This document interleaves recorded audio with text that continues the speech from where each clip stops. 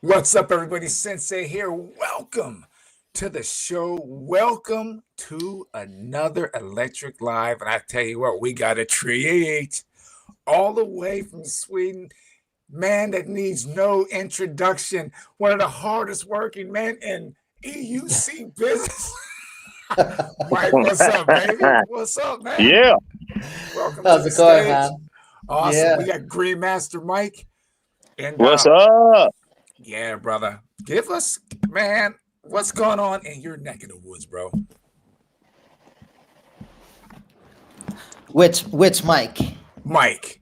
You, Mike. Me? Not the Yes. Yeah. Green Master, but me. Okay. So what's Yeah. going on over here? Yeah, it's summer over here. I'm working part-time. So I'm fooling around on my wheels. I have the EX30 that I've been playing around with a lot lately. I I've had the EX30 for like 2 years now, Okay. and I had the Lynx for 1 year, and I have as much miles as the Lynx as I do on the EX30. So I have like 8,000 miles on Wow. both. Yeah. So I've just been crazy riding the Lynx. Jeez And Louise. Yeah, that's yeah, that's the wheel Sensei rides. He loves that thing. yeah, the Lynx is it's a really nice wheel. I It tried the is. Sherman L, the Sherman Hey, L, you know. What hey, did you Mike, think? have you ever rode a Master V4, Mike? Not a V4, no. Man, see, I don't got a lot of people to ask that question. Like, because when I bought the wheel, I had talked to Dale when I bought my Master V4. I was gonna buy the Lynx, Yeah. and Dale was like, "Just get the Lynx," but then the top speed is higher on the Master V4, and now, Hmm. man, I'm like, "Damn, I regret it, man." I kind of do. I do and I don't. I love the speed, and I've had some crazy cutouts, but that Lynx, man. How would you say if you were to rate the all the Leaper Kim wheels? What would you rate the Lynx, and would you say it's their best wheel they've made to the date? What would you say? How would you rate it since you have one?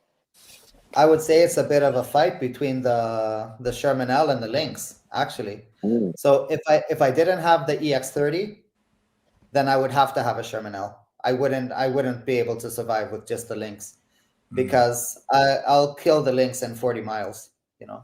yeah, In you 40 would. miles, that's it. And especially it starts getting a bit conservatively slow once you get to 130 volts and below that. And the way the Lynx reports battery, if you look at the Librachem app, Yeah, or if you look at Darkness Bot, and if you go to Darkness Bot and you activate battery correction, then it will show you the proper voltage. So like, it's a 151 volt wheel, Hmm. and it goes down to 118. And then when you're at 118 volts or 118.8 volts, then you're down yeah. to 3.3 volts per cell. So this Uh, 3.3 volts per cell, back in the olden days when we were riding wheels like a MSX or a Tesla, when you would get to 3.3 volts per cell, that was the end of the ride. Then you were down yeah. to 66 volts. It would say that you're at zero. It would start to tilt you back. You try pushing a little and it will do the beep, beep, beep, beep, beep, beep, Yeah. beep, and tilt you back and they say, I can do this. And then you're crawling along at 5 miles an hour trying to get home and beep, beep, beep on some, Like on this. some tilt back. Yeah, exactly. Like you're going off a ski jump. It's like yeah, Yeah. It's a yeah, challenge. It's a yeah. challenge. It is indeed. It is. I got a backpack once and towed one of my friends. So I got the backpack and the straps, and I was on my wheel and I was towing her behind me on her Tesla. She was holding on to my. So I was like, maybe if Oh I get her no, to lean back more, can we regen so that she can take the last couple of miles on her own? So it was a little tow That's truck action. crazy. But That so is crazy. is there a the big link community where you're at, Mike? Like a big EUC community, man? through the years, I a few years ago I made a group on WhatsApp called Yeah, Stockholm Cruisers. So every yeah. time I find a rider out in the wild, I chase them down On the and I wild. add them, yeah, and I add them to the Yeah. group. Nice. So He I just just add picks them. them off. I just get them and I say, hey, blah blah blah, and I try to check the vibe. I Right. actually met a guy a couple of weeks ago. He was out riding with his cat. So it's just about casually riding on an OG Sherman with his There we cat, go. And then I talk to the guy and we talk a bit and I say, hey, so we have this group and blah, blah, blah. And, sometimes we hang out and chill and we do this and that. And just like to, like if I say tomorrow, hey guys, I'm going to go for a ride to the outdoor gym and then maybe buy some snacks and have a little picnic and then do some outdoor exercise. If anybody wants to join, just let me know. And what's it called, Mike? The group? Yeah. It's a can anyone join? No, it's a closed group for Could I join, man? Listen, I want to join, man. If I'm going out there. If you want to join, I'll let you join. Half of the time. Is there initiation? No, there isn't. There isn't. I'm ready for it, man. Usually, the two rules is that the person is supposed to be a cool dude and have good dance moves. Is there anything to do with dance moves? No, but I'm sure you got some. I'm sure you got some. I am half Mexican, I got that Latin in me, man. Yeah.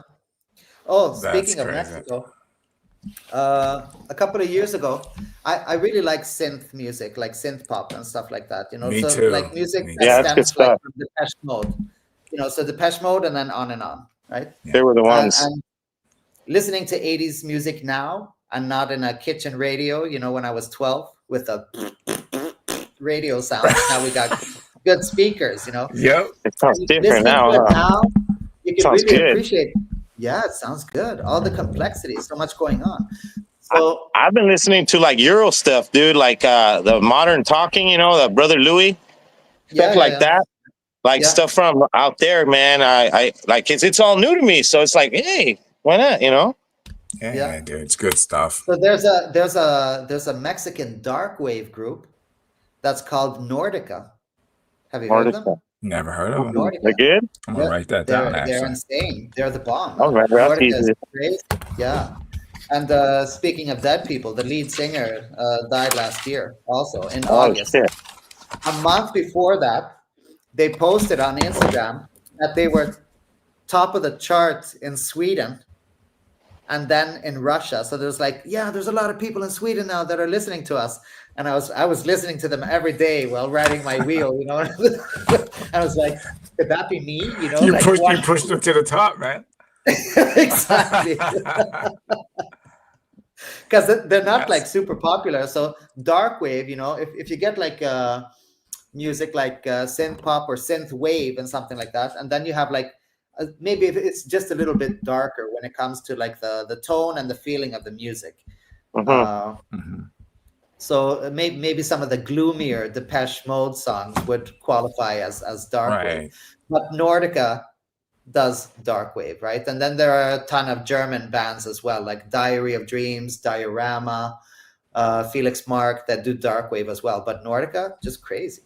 Dude, I think so good with that. When I was younger, dude, I didn't realize where all that music was even coming from. I just liked it. Yeah. Didn't even realize. And there was a ton of it in the 80s over here in America. A ton of it. It was good stuff, man. Yeah. How do you feel, Mike, about music and EUC? Do you think they belong in EUC or no? Like speakers, and you think it's a good thing? I always ride with the speakers on the new V12S, right? It's like I was talking about the V12S a little bit. Like they went from 8 speakers to 2 speakers, and then they put them in a way where they're in the way of your pads a little bit. It's weird. I'll tell you, I got a few things to say about the V12. Go ahead, Mikey. Yeah. Sorry. No, but go ahead. Tell us about the V12 because you were on it, man. I was on it. So, all right. One, I think when you see it on the videos, the size is a little bit deceiving. It's a tall wheel. And it's a heavy wheel for what it is. I mean, when you hear 1,500 watt hour, you're like, that's going to be small. The wheel weighs 81 pounds. Yeah. Oh, shit. Yeah, it's not, like I said, it's not what, at least what I thought it was. When I saw it at first, I was like, wow, man, it's tall. And then I went over, picked it up a little bit. It's a hefty wheel, but the thing is premium. The suspension is great. It's not a wheel that you're just going to lean completely forward. Like Michael Jackson, and just go. You can overpower. Did you ride the old V12 Sensei? Did you? I did. So you compare to that ride? How would you feel? I would like say the power delivery. Well, I didn't get down on the wheel. You know what I mean? I didn't push it to its full thing. I mean, to me, it has enough power. It has enough torque for what it is. As far as comfort, it's way more comfortable than the original V12. The Oh yeah, suspension, it was it expensive. has Oh, for fast sure. A suspension on it. Yeah, Yeah. it's a good. It's again, man. It's not a wheel that you're going to take as an open road wheel where you're going to be clocking, 40 miles an hour, the whole way. You're not. You have to Well, know what's what the you're getting top a wheel speed of for. it? It'll do 43, but it's just like you're only going to kiss 43 a couple times. You know what I mean? It's not like you'll rip through that battery though. You'll Can the rip through that battery. V12? Can the V12 do 43? The original V12 could do 43, I believe. Oh, high yeah, speed, because the I high have speed. it still. The high speed one, the Yeah, high the speed. high one. speed. I have V12 it still. I ended up submarining it, but yeah, I was a big fan of that V12, man. I was so sad.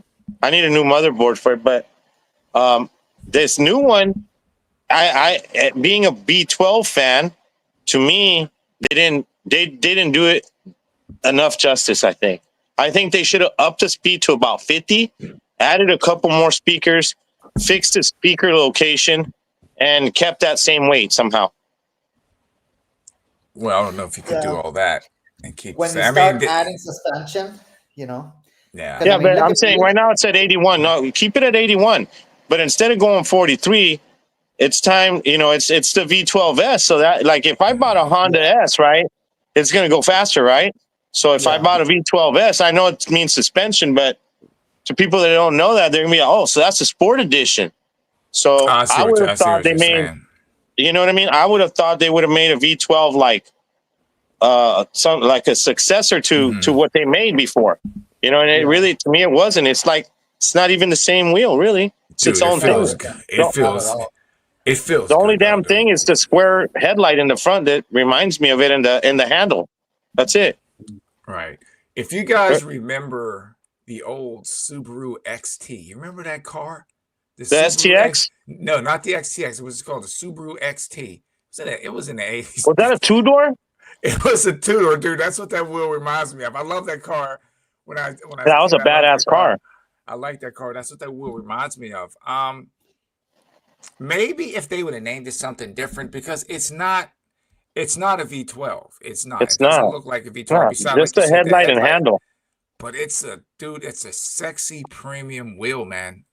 Oh, it's clean as hell. Yeah, that thing it's nice. It really, really is. And then when you put the seat on it, it'll make prime real estate for it to ride as far as riding seated. I really, really like the wheel. But now, if you compare it to price, right, of this thing, it's what, 2,200, Sensei? I want to say 22, 23, around in there. All right, so in that price range, what other wheels can we get? Get a Mini. What do you think, Mike? You're over there quiet, man. You can get a C8. For 2,200, yeah, you can't really get much anymore, right? Well, I mean, you could get a Master V4 if you can find one, brand new. Can dig, at the bottom of the barrel, then you'd have to dig somewhere to get. Then that's like a special deal. When the Master came out, it didn't cost 2,200, or maybe it did, and maybe money. What about the Extreme? The Extreme is also like a $3,000 wheel to begin with. Is it? Yeah. Yeah, it's not cheap. It's not cheap. Now the Extreme is an old wheel. They don't make the Extreme anymore. They don't make the EX30 anymore. You can get like an awesome for a couple of hundred more than that Master V4. You can get an EX30, and then see what you want to do with that. Yeah, right now I bought the Aero, right? And I've been using it, and I love the wheel, man. And I got it for like a grab-and-go wheel, but I think I got spoiled of high speed. So when I get on the Aero, I'm beeping the hell out of it. Yeah, you're on and it's like, man, I'm like, I can't bring myself down to that speed no more, man.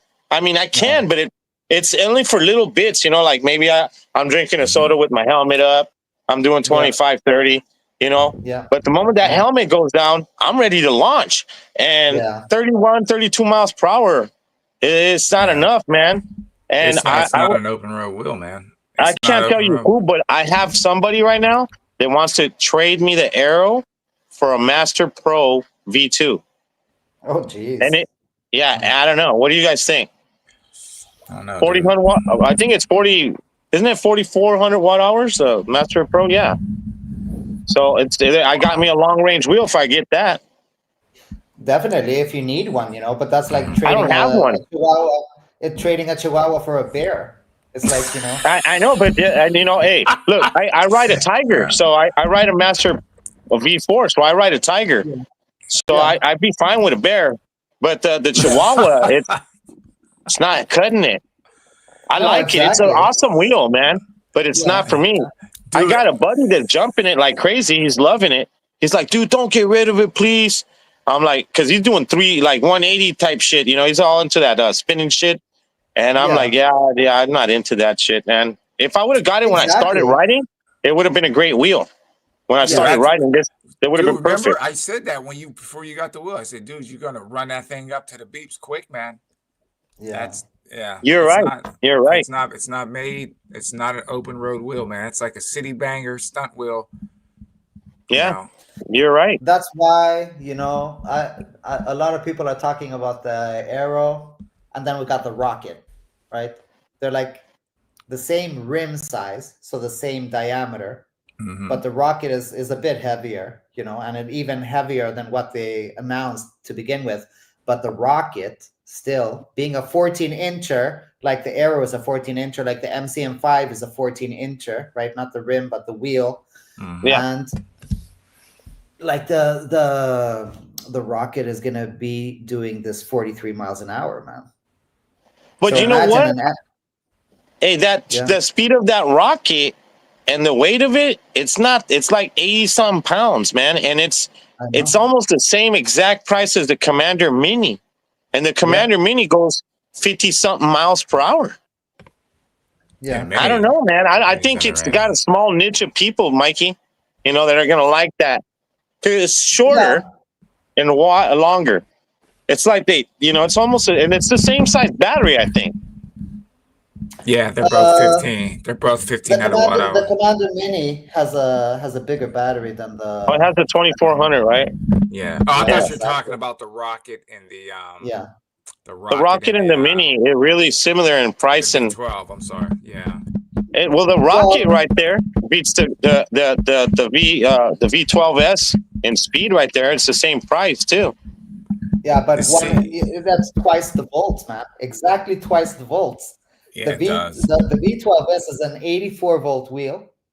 The Rocket is a 160. That's like getting an MCM5 and sprinkling crack on it. It is a little bit with a little bit of coke on top. It is exactly. Yeah, that's crazy. Hold on one second. We're gonna get some shout outs here. We got people up in the queue. We got Mr. Willie Brady. What's happening, brother? Chris is in here. Donovan, what's going on? Devo, what's up? Stan's in the house. Yes, Spartacus, what's going on? Thank you so much. Erod Life is in here. What's going on, Seth? Thank you guys for joining us this Friday. Come in, smash that like button so we can destroy. Thank you, everybody. We got an amazing guest here. Like I said, always dropping nuggets. One thing I do want to ask you too, man, because I think going back and listening to, you put out amazing videos, but one of my favorites is when you talk about PSI. I think that was one of the videos that helped me so much. And I still see, again, everyone has their preference for riding, but I believe some people just ride with too high a PSI, man. Yeah, I know. And they're proud of it because they have God level skill. They have transcended beyond the skill level of us mere mortals. And instead, they look at the tire and it says max PSI 40. Do it. And then they're riding that tire and they say, yeah, I'm going to protect the rim. And they'll hit like a pistachio shell and they'll go flying, man. Yeah. Especially on these non-suspension wheels. They're like basically riding a rubber ball and they're just like, you'll spend half the time in the air. I have some clips where I'm riding my EXM and I just like have 5 more PSI than usual and I'm skipping. It's like you get a skipping stone on a pond, and they're like, it's like true, dude. What rim am I protecting? It's more likely that I'm gonna crash, than the rim is the least of my problems. So you kind of want contact with the ground. That's a good thing. You want contact with the surface that you're riding on. You want the tire to squish a bit. And then if you're going to do other stuff, it's hard to have a one size fits all. So I made a little formula for how you can calculate that. And then the number that I presented and the calculation that I presented was a compromise between the rider and the wheel. Otherwise, you can go a bit lower and then it will be easier for the rider. You can go a bit higher and then it will be a bit more difficult for the rider, but maybe you'll be able to go downstairs. Maybe you can go jump a tabletop or two or something like that. If you're going to start going upstairs on a wheel like the MSPHT and stuff like that, pre-suspension days where you had to like get momentum and sort of like try to convert the upstairs into a ramp, then you're either going to snake bite the tire, and pinch the tube over and over, or you just had to pump it insanely. And still, when people like really, really pumped it to hell like that, and they would do like big drops and stuff, then they would still deform the rim. The tires just becomes like solid as a rock, and it just pushes the rim out, and then the rim will get bent anyway. So I just feel that it was like really dangerous and sketchy to ride with very high PSI. And I find it funny that even still today, you go on Facebook and you look at the group and somebody just says, "Hi guys, I have this wheel. What PSI should I use?"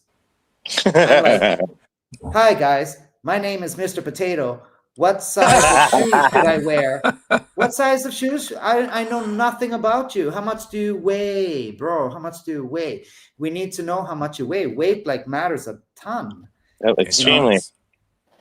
Almost everybody in the group is heavier than I am. And sometimes they'll be riding their wheels at like 35 PSI. And for me, that's a lot because I weigh What do you much weigh, less. Mike? I weigh. I'm a bit of a fatty McFat now. I gained some weight. I'm trying to put on my shoulders and on my arms, but some got to my belly, my cheeks as well. Yeah, I'm bulking up. I'm like in that South Park episode. I'm cultivating mass. There you go. There you go. So yeah, 155 pounds. Anyway. Okay. Yeah. With my riding gear on. So what are you riding, like 25, 28 PSI? On my links, I like 29 PSI. That's not right about. And on the EX30, I like 28 PSI. So just a tiny bit less, but it's a heavier wheel. So you have to account I just ride 30 all the time now. Just 30. Yeah. Yeah. It's and you're like, you're about in the middle. Yeah, I think that's what I'm riding at. I think 30 is what I'm on the links. That's what I'm riding. Oh, shout out to Ustride. Will Brady. What's happening? Yes. Right. It's now we've seen an onslaught of wheels. And Mike, what do you think has to happen next in order to get wheels to jump up another level? Suspension, firmware, control board, motherboard, all that type of stuff. I mean, I have my theory what I think needs to happen. What do you think needs to happen in order for wheels to start? Because right now, to me, it's like we're getting a lot of wheels. The speed has gone up, but it's flatlining in a sense. If making any sense, it's like there are several things that are happening at the same time, depending on who we're looking at. So say, for instance, before we started the show, we were sort of, we were discussing the V12 S, right? Yeah. Which is like very little relation to the previous V12. The previous V12 was a 100-volt wheel. This V12 S is an 84-volt wheel. Yeah, it went down. It went down, exactly. But what Less did it go up in? Less speed. Yeah. All it really got was, I think, was the suspension. That's it. It got a lot more though. It got very, very refined. So when we look at 84-volt wheels, like an MSX 6 years ago, we're like, yeah, how dare they release an 84-volt wheel? I had an 84-volt wheel 6 years ago. Damn it, I was a 84-volt pioneer. And now, if you would get a V12S and an MSX next to each other and say that you've only been riding a V12S, and then somebody goes and orders an MSX from AliExpress or Temu And then it's just like, and then they'll get hey, I got this electric unicycle from Temu. Look, it's an MSX. And then they say, yeah, I can tell you got it from Temu because it's got no suspension, it's got no refinement, it's got no speakers, it's got none of this. Look at the trolley handle, it's this and that. Look at the light, it's terrible. Look at the pedals, they're angled like this. Look at the pads, Yeah. they're garbage. No speakers, no nothing. The thing is, we just rode those wheels as such a novelty, and we were just so happy to have them as they were. Right. One thing that we've been doing through the years is we've been complaining about the quality of this, the quality of that. And now they're beginning to over-engineer a bit. Look at the V13, super over-engineered.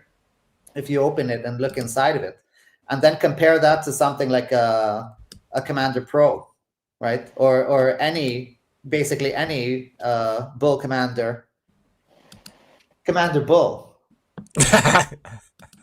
Hey, you see what Stan says? Yeah, we're gonna jump down there.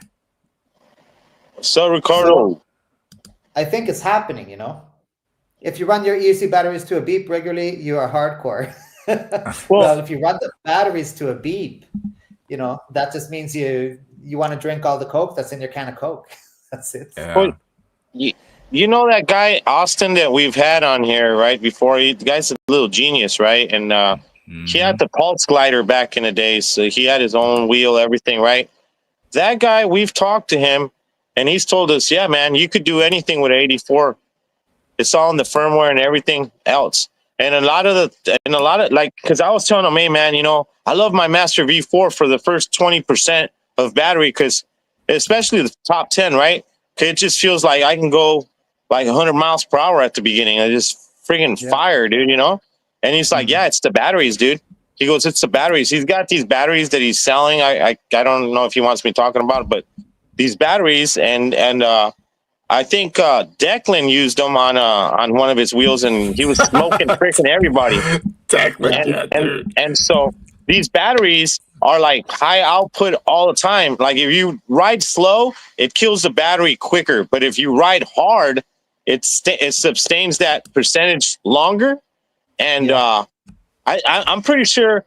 I bet you Seth or Brady have seen that wheel that I'm talking about. I bet, man, because if they've been around Declan, I'm sure he's talked about those batteries or something. And I think they vest that then too. That's another thing that they don't talk a lot about, you know, is vesking, you know, like some of these, like right now I'm thinking about vesking that B12 that I got to get a motherboard for him. It's just, I don't know if Austin's got the time for it, but he says it's a little more complicated when it comes to Emotion wheels, because their programming is a lot more complicated. You know, but yeah. What do you feel about that, Mike? We don't have the same access to the software on the Emotion that we do on Begode wheels. So on Godway and Begode wheels, we can actually just grab the firmware. And then when you grab the firmware, then you can look at the firmware and you can see the parameters and you can dissect it. And then you can see what they're using and look at the pedal modes and so on, and the output and the amperage, so what they call the PID. So a few years ago... in theory, I just got one real quick one, Mike. Sorry to cut you, just real quick. So the vesking, right? You know how this new Nicholas of 84 bolt, right? Yeah. So if you took and you vest that new one, do you think you could get a higher speed than they're talking about 38, 40 miles per hour? Do you think you could get it to go 50 miles per hour? 48? No, you can't. No, the voltage will determine how fast the motor can spin. That's what the voltage does. And then you can do some playing around with that by using field weakening. So if you have field weakening and you start to power that up, you know, so let's look at field weakening in the case of my EX30. My EX30 has the Samsung 50E. It's a very early batch. So Stan, here, let's answer a couple of Stan's questions. And also Stan said, he's asking if I'm attending the Malaysia race. I did get that question on my YouTube channel, and I did answer it. And I don't know when it is. I am really, really a meow, meow, meow, meow, PUSSY when it comes to traveling. Dude. I'm just laughing how you put it, man. Yeah. It's sneaking in there, huh? I don't want to get you guys canceled for swearing. And that's okay. Please, dude. All right. Speak your mind. Speak your mind, All bro. right. Speak your mind. And the other question, the other thing that Stan pointed out is there was one clip that I said that my life is a lie about the PSI, because I had the PSI measurement that I had on my original pump. That was off like quite a bit. So when I thought that I was riding at 20 PSI, I was actually riding at like 27 PSI. Then after that, I revised everything, and then I made the formula and so on and so on. But before that, I thought that, you know, I was riding a lot softer. So I remember Marty in the forums saying, "Oh yeah, but no, that sounds really low, you know." And I was like, "No, well, it says 20. It says 20. What you gonna do?" You know. But then I got like a proper PSI measurement device. To do that. So let's see, Mike, where were we? We were talking about the programming. Okay. So the programming is quite funny. There have been a couple of programmers, and one guy that has done a lot of programming, that's Daniel from EUC Service. Are you familiar with Daniel from EUC Service? Oh yeah, that was the MSS. MSS.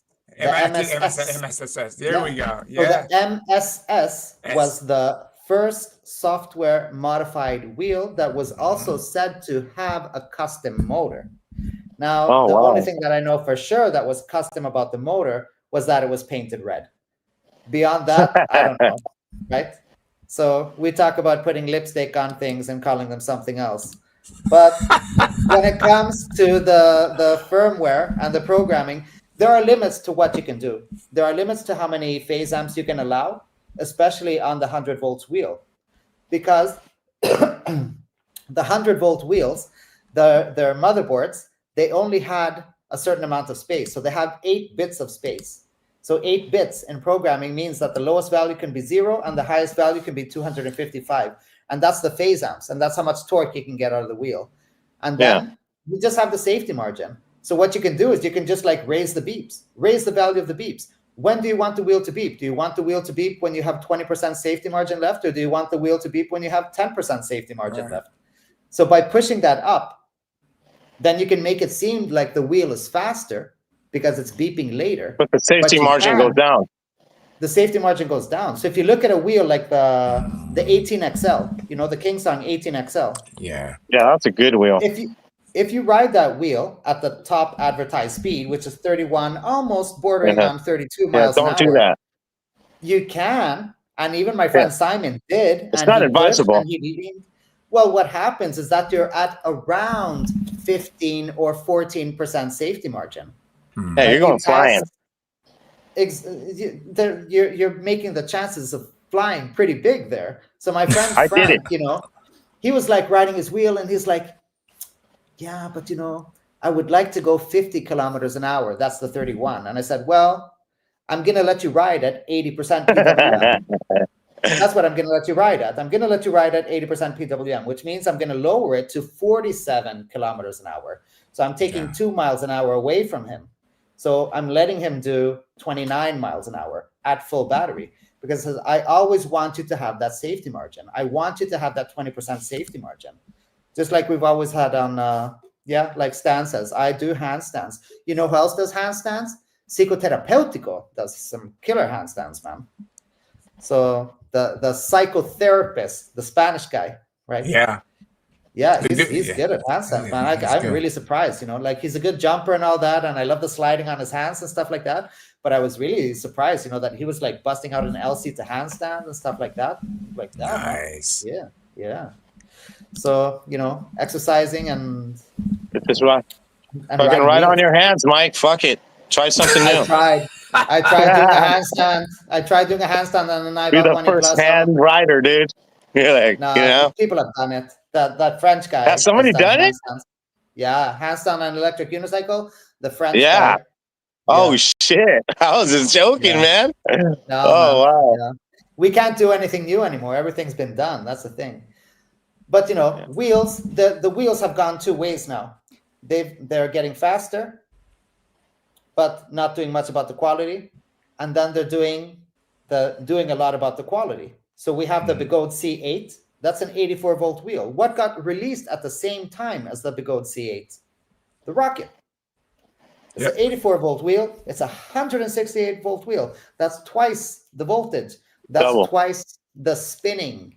You know, if I get a laser at 84 volts and I zap you with it, it's going to hurt for 84 volts. If I get that laser and I crank it up to 168, it's going to hurt twice as much. That's simple. It's going to be like, damn, that hurt twice as much as the 84 volt one. Yes, mathematically it did. You know, probably a lot more than that. So they're pumping into the same motor they've been basically using more power, so it's going to stress the motor out more. It's just gonna. Well, that doesn't matter because you know who has ever burned up a motor? We're burning. No motor has ever died. It's not like everyone has. Hold on. Well, I don't know what they did, Mike, but you know that guy Brian, when we were talking last time with Roger on here, you remember he talked about that he was going so fast they didn't clock the first time he went. And he was going close to 80 miles per hour, and the motor or something was melting. I think he said the motor, dude. Are you talking about Brian? Yeah. Oh, he was moving on that wheel. He was moving. Hold on. There is one wheel. That's the X-Way, actually. The X-Way is getting really hot. The X-Way is a wheel that's getting very, very hot.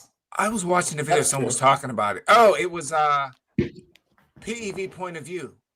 Yeah, exactly. Yeah, he was right. Yeah, he was talking about it was heating up on him, man. Yeah, it was heating up. Getting a little toasty. Yeah. Yep, exactly. One and only. That won't happen here. That won't happen here in Sweden. The weather. We're dying in the cold, man, over here. No weather. One's only. Hey, what's up, brother? Thanks for coming to the stream. Hey, Mike. So I know a lot of people know you and stuff, but can you like give us a breakdown how you started in your EUC thing, man, from like the beginning and stuff? Like how'd you get into EUCs, man? I mean, how did it go down for you and all that? It started way back in 2010 when I bought a bicycle. I bought a bicycle and I went pedaling along on that bicycle. And then a few years passed and I went to a store nearby where they sell like knickknacks and little furniture and pots and plants and stuff like that. And they had longboards. I'm like, damn, man, longboard for 20 bucks. I'm going to buy a longboard and I'm going to kick the hell out of it all the way home. 1.5 miles. So I got a longboard because I used to ride a skateboard as a kid. I had like this really, really ghetto plastic skateboard, you know, like a... I know exactly what you're talking about there. You know, one of those penny board styles, but a bit bigger. It was a skateboard, but it was made out of plastic. Yep. You know, and I launched it away into a sidewalk once. So the piece of plastic split off the front. So I didn't have room for my whole foot, but I just made do, you know. And so I got that longboard. And then I'm like kicking along and I'm like, okay, yeah, well, this is cool. And then I was like longboarding that summer. And then the next year, I got an electric longboard. So I got a cool wheel. I got a cool wheel electric longboard. And that could do, like 25 miles an hour. Yeah, you're moving. Okay. Yeah. So I learned to ride that. And then I got an own board. So I got an own board, and then I rode that for a year. And then I got at the same time, I got a one wheel, and I got a 9-baud 1E plus. Yeah. So the one wheel was quite a lot of fun. And the 9-baud, I bought it at a electric shop. What is it? Stores that sell electronics. So they sell like computers and speakers and stuff like that. So they had a 9-baud 1E plus for like $650. Okay, that's not bad. It's here. It's available. I can touch it because this was before the time where I would buy stuff from China, you know. So I got the 9-baud 1E plus. I took the bus home with an electric unicycle, and then just that sentence coming out of my mouth, taking the bus home with an electric unicycle. I'm like, I race buses every day, you know. Maybe you had a flat. Yeah, maybe I didn't know how to ride. So I get the 9-baud 1E plus and I turn it on and I'm in my hallway over here and I stand on the wheel and I hold on to the walls and I try to let go of the walls and I'm falling to the side and can hardly balance back and forth. I'm like, oh damn, I got ripped off. This was a scam. This is fake. This is fake, man. It's impossible. How the hell am I going to ride this? And I start trying to find stuff on YouTube, but there wasn't really much, you know. That's so I'm funny. just like, okay, well, as long as I hold on to the walls, I'm okay. So I go down to the basement. On the basement, there's just like a long hallway, corridor where you have like the storage rooms and the laundry rooms and the bicycle parking rooms and stuff. And there's just like a long hallway. So I'm there on the 9-bot and I'm just like touching the walls and going down the hallway. And then I turn around and I go down the hallway and I do like 3 or 4 times. And after I do that, my lower back is killing me, my shoulders and this. And I'm like, just like mentally done. I'm like, damn, I have to go up and rest. And then like, yeah, I think I'll do it again tomorrow. So then the next day, it was just too much for me, man. So the next day I did it for like 10 or 15 minutes and I forced myself to do like 5 or 6 laps. And then I just reached the point where I got the electric unicycle and I took it out to a soccer field with plastic grass with AstroTurf. And AstroTurf, man, that really makes the wheel fall to the side. So that's where I learned to ride. That's on a soccer field on AstroTurf, where I just like let the wheel be free. I still have that clip on YouTube. It's a shit show, you know, and I'm like running off the wheel left and right. And then when I was going to ride home, because I had learned on this shifty AstroTurf, when I was going to ride home, I was on God mode, you know, and then I was just like, oh, okay. So on asphalt, it was super easy compared to doing it on this plastic grass.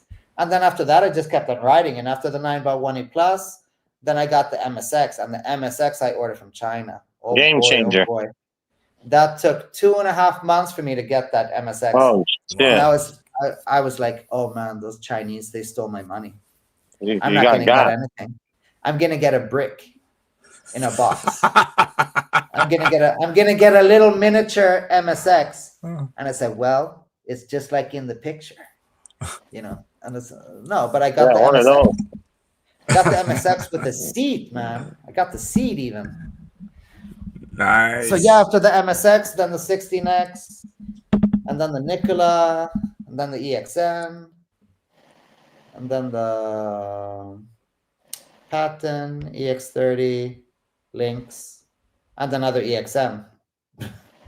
So my old what's your grab and go wheel?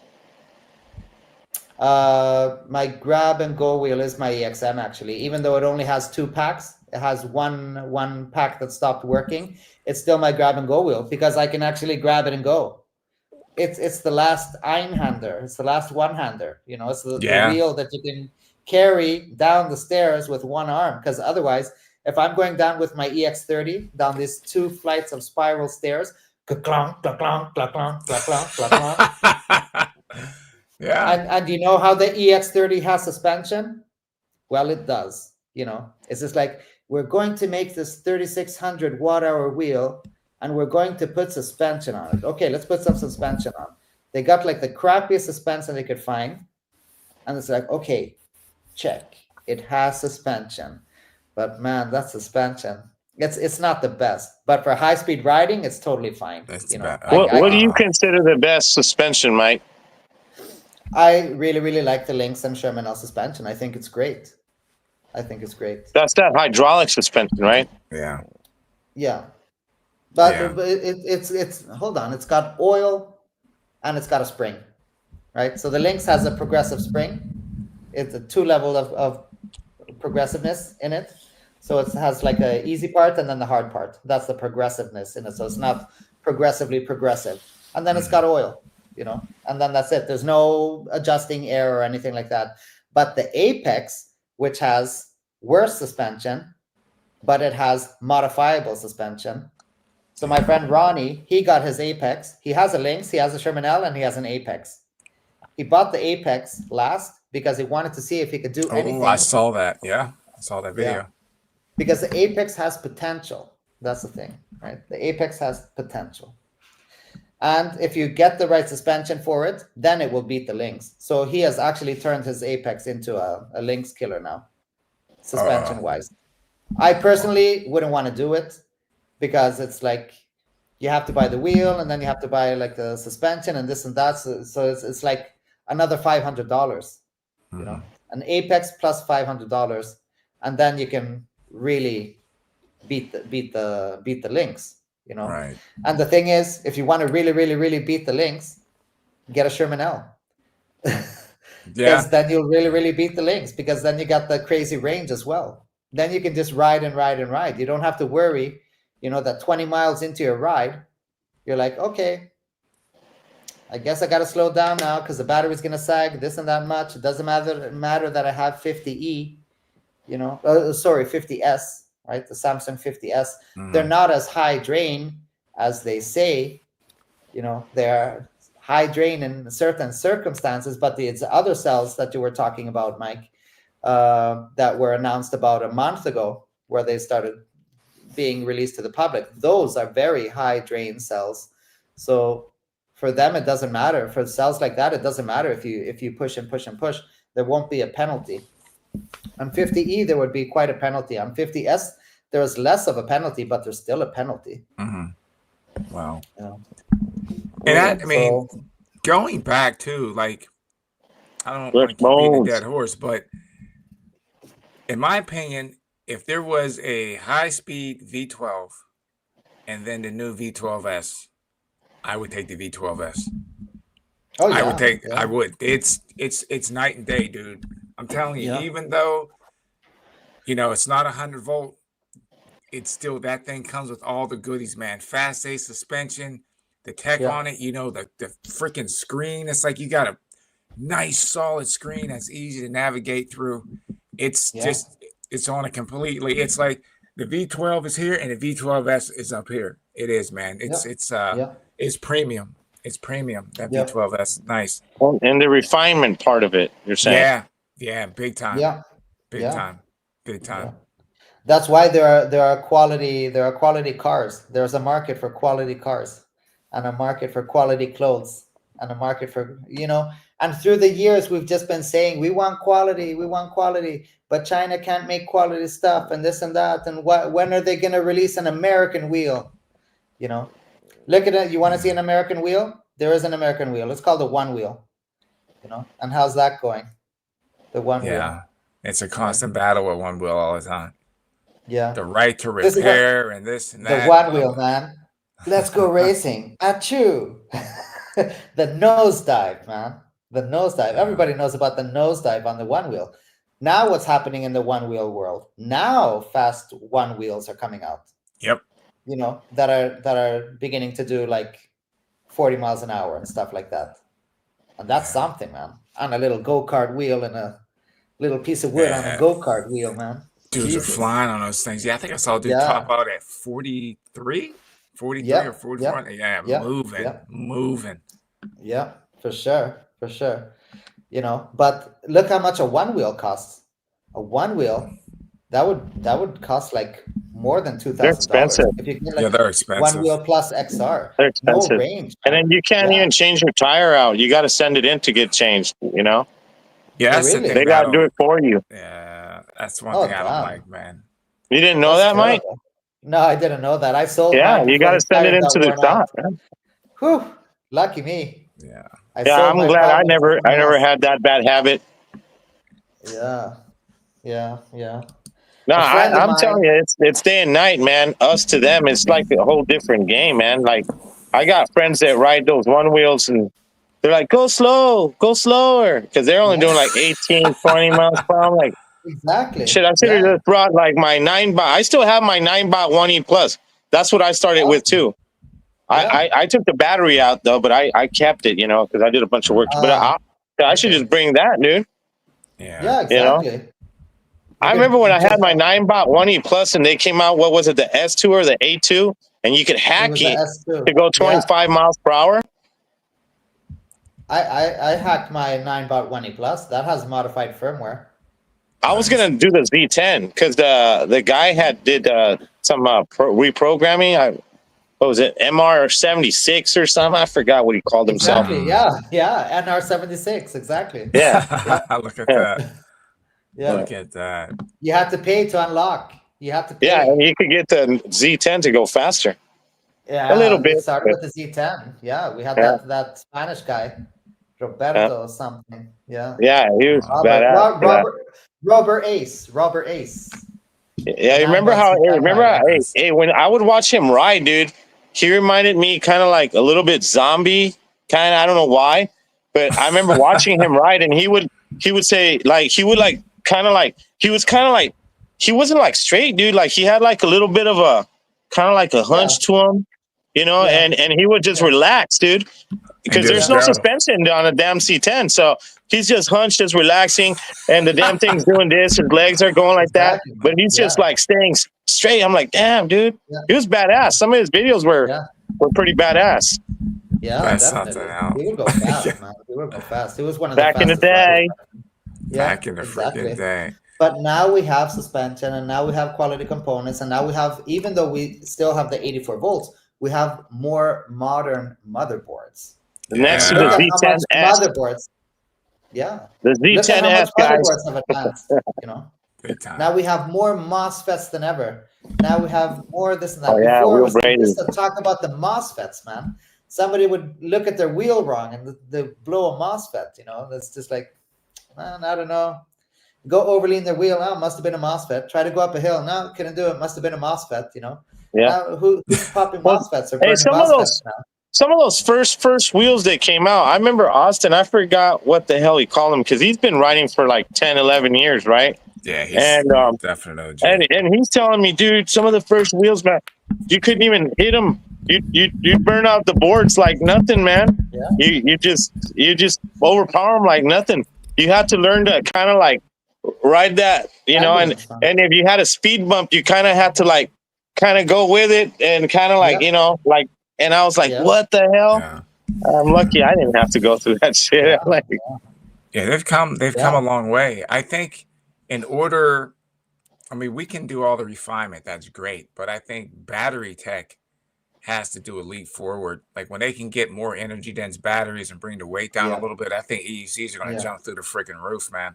Yeah, for sure. hey, guys, I gotta talk to Mario Chacon, guys. Some of the comments they're asking about a Mexico race. I think Evo and Will Brady. I gotta talk to Mario Chacon, bro. I just been so busy, but I gotta talk to him because I'm pretty sure he can give me some tippers, and we're gonna see what we can do. But yeah, that's in the works. All right, we're gonna give a. If people don't know, we'll talk about this real quick. That James from Next Gen Mobility passed away from pancreatic cancer, man. That's tough, man. So sending our condolences to his family and friends, and yeah, man, that's a tough pill to swallow there. Yeah, really, man. Yeah, rest in peace, James, man. Yes. And here's to you, James. Here's to you, James. There you go. There's a GoFundMe for his family.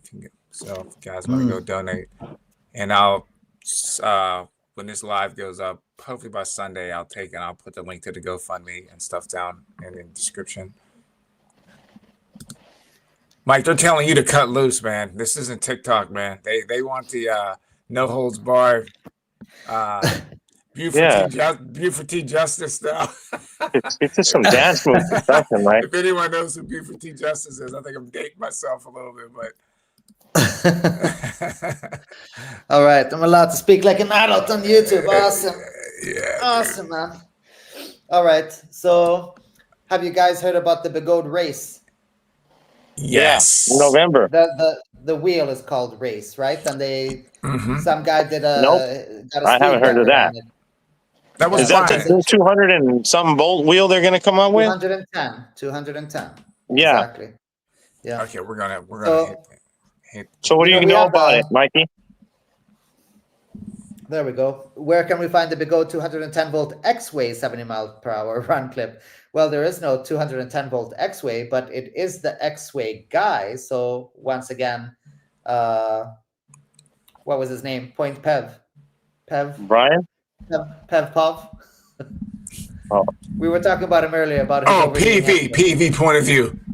Oh, PEV, PEV POV. So it's Pev Pov. Point of view is Pov, and PEV, so it's Pev Pov, right? I think his name's Dean. Is it Dean? I think his name's Dean.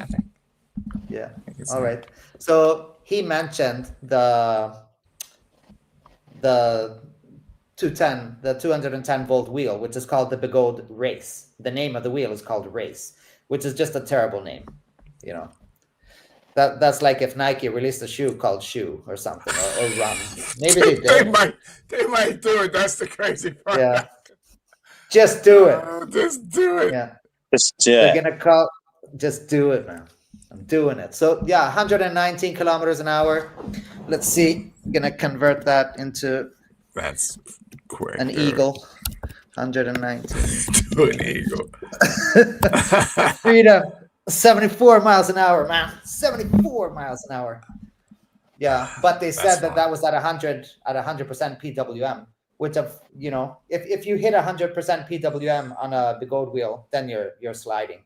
So I imagine that it's over-reporting PWM. Early firmware on my EX30, that would go up to 118% PWM. So lovely, but no, that's just over-reporting PWM. Look at the wheel like the Extreme. The Extreme over-reports speed and over-reports PWM. No, it under-reports PWM and it over-reports speed. The Extreme. Right. So it's crazy. Right. Yeah. Oh, excuse me. Damn. Well, all that 210 volt wheel. I remember last time we had Seth on here. He talked about, was it Seth? Yeah, I think it was Seth. Talked about that.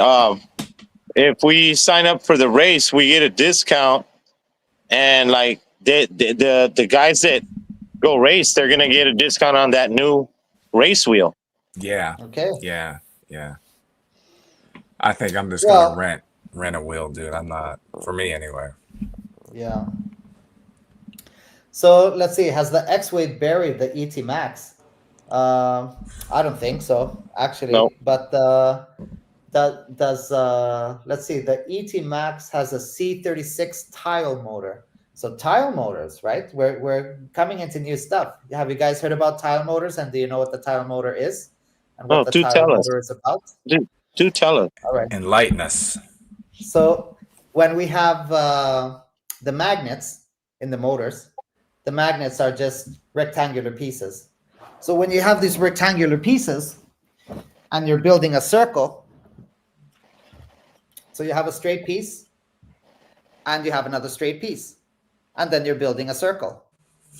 Do you see the problem with building a circle? Is that there's edges. You can get more magnets and then you can start doing this, but you're still building a circle out of straight line made out of magnets.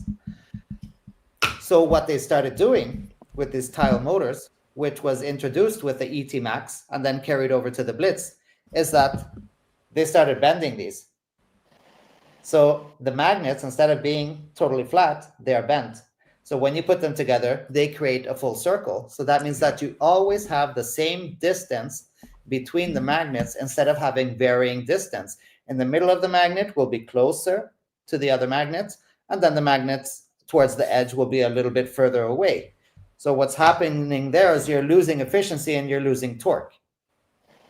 So this way you don't need to have as much magnet width, and the wider magnets you have, the more torque you'll get, but also the slower the wheel will be. And you can calculate this mathematically if you compare a C30 with the C38, and it will be on the dot. It will be that, let's see, the difference, 38 divided by 30, is that 25? I need to know. Yeah, dude, I'm not gonna make a fool of myself trying to do that. It's 26. It's 26.6. Okay. God damn, so close. But yeah, then you can get like the EXM. The high torque one was 58 kilometers an hour, and the high speed one is times 1.26. So you can get just like the magnet width and calculate from that, and it would be 72 kilometers an hour.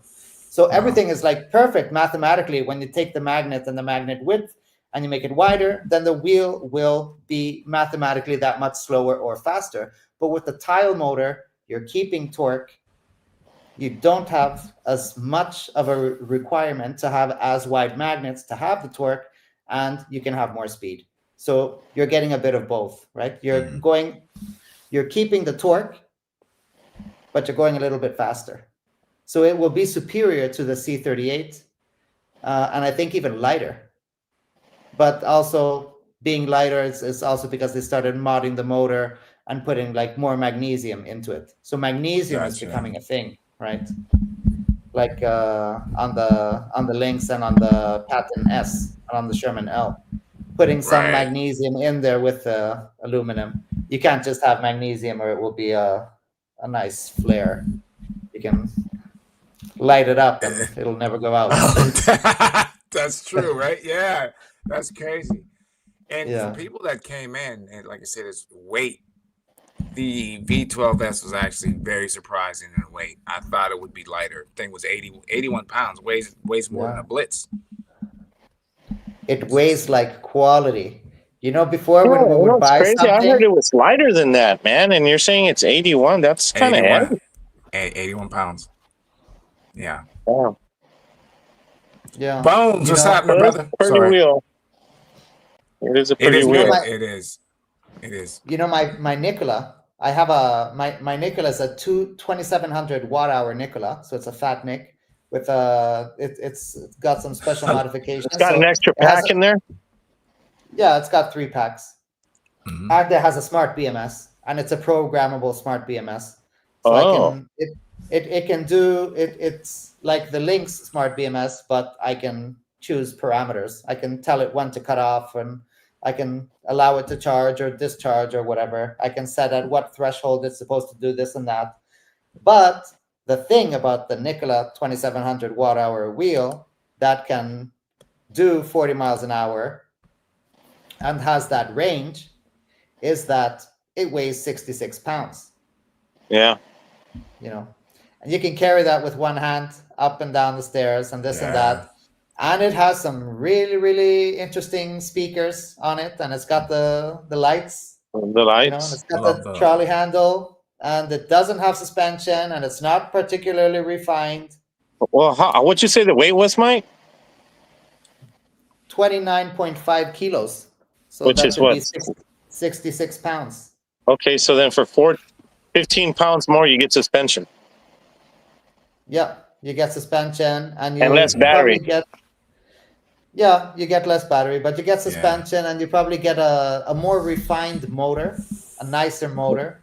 You probably get nicer components. You probably get a nicer motherboard, because the motherboard on the on the Nikola isn't that much, you know. Oh yeah, you get a better IPX rating too now. Because the Oh, yeah. original Yes, one, I heard you had to waterproof it yourself. well, you know, look at the V14. Didn't the InMotion V14 have an IP rating?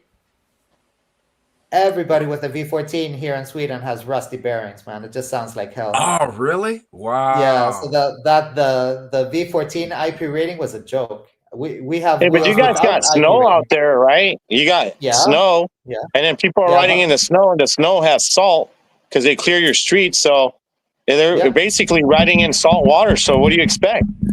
yeah. But my Yeah. Lynx doesn't have an IP rating, and my Lynx got bad bearings. My Patton doesn't have an IP rating, and my Patton does not have bad bearings. And my Patton, Wow. I've even gone power sliding out in snow. Huh? That's Wow. because the way the There's a better design weatherproof, the way they right? designed the bearings and the bearing covers on the Lynx was not the best. Hey, I talk about bearings, Mike. I know you know about bearings. Do you think it's advisable to take your machine apart and look at the bearings once in a while and maybe see if you gotta maybe reseal it, re-grease it, or whatever needs to No, be? Is there anything? I would Should just you do it ever do it by in the lifetime of the motor ever? I would do it by ear. If they're noisy, Yeah. me being me, if they are noisy, I would just keep riding the wheel. But Okay. a normal person, if they are noisy, then it's a good idea to change bearings. You know. Right. But since my Lynx started making noise in January, the bearings, Oh, I yeah. just put like another 2,000 or 3,000 miles on it, and it's still going. You know. And on my Nikola, I did that for probably like 8,000 miles when the bearings started getting bad. I just put another 8,000 miles on it on those crusty bearings. Jeez. Wow. Louise. Yeah. What is your But, suspension setting on your Lynx, Mike? As far as suspension. yeah. I have the 62 pound Okay. on the Yes, Lynx, man. and Yes, I have a little bit of preload just so that I have the 1/3 of sag or 30% sag, somewhere between 25 and 30% of sag. Okay. And then I don't like fast rebound. And since I have the sag correct and I have the proper spring for my weight, then I don't use any dampening or barely Okay. any at all. Yeah. Gotcha. You only need dampening in case the spring isn't able to hold you up, Gotcha. you know. Gotcha. Yeah. But as for rebound, I don't like pogoing that much. So I don't like the pogo feeling, especially if you're going at high The 11 speed feeling. and you hit a bump and you get launched upwards. That's a really bad sign. It's not fun. Yeah.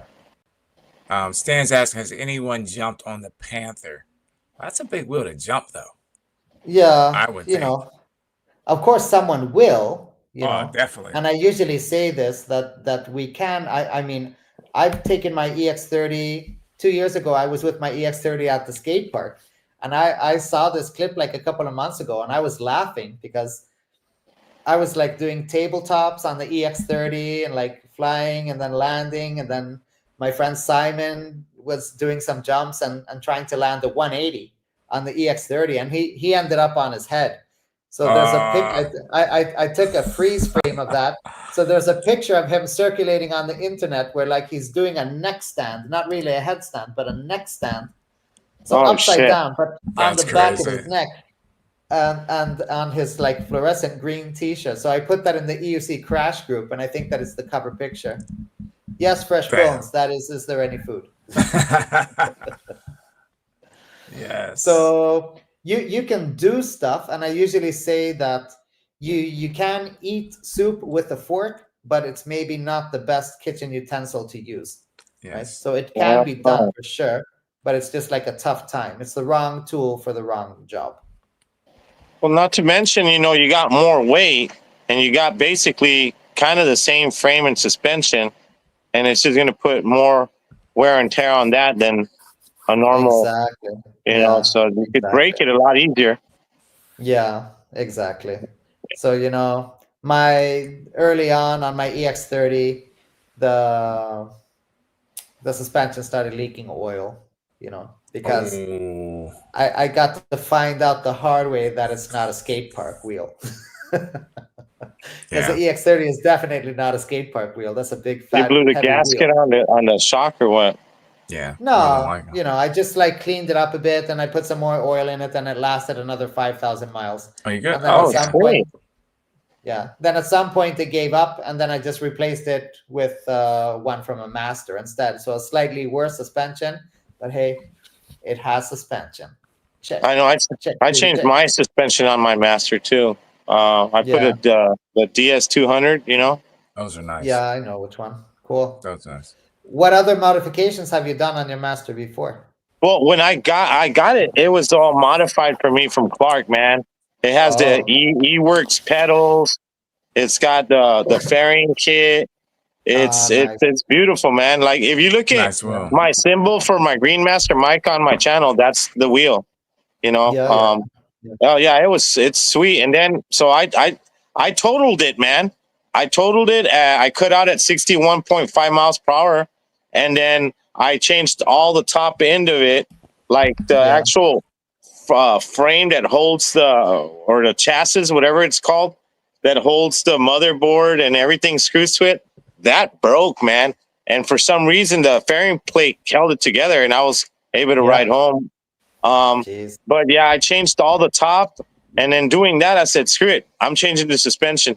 And I bought it, and it was like $500, and it made a huge difference on that thing. For sure, huge difference. Yeah, the DS is nice. I rode Seth. He had a DS on his the T4 Pro, and I was like, it felt really, really good on there. Really good. That's the same style. They're compatible, the suspensions with each other, right? The T4 and the Master. Yeah. But Mike, tell me more about this crash. What kind of bird attacked you? Hey, dude. So like it was last year, right? I'm just gonna say it. Just don't trip, but just like I'm just gonna say it real quick. All right. So I lost my job last year. Then my mom died. And so I was in the mentality of like, I don't give a shit about the beeps. I'm fucking riding.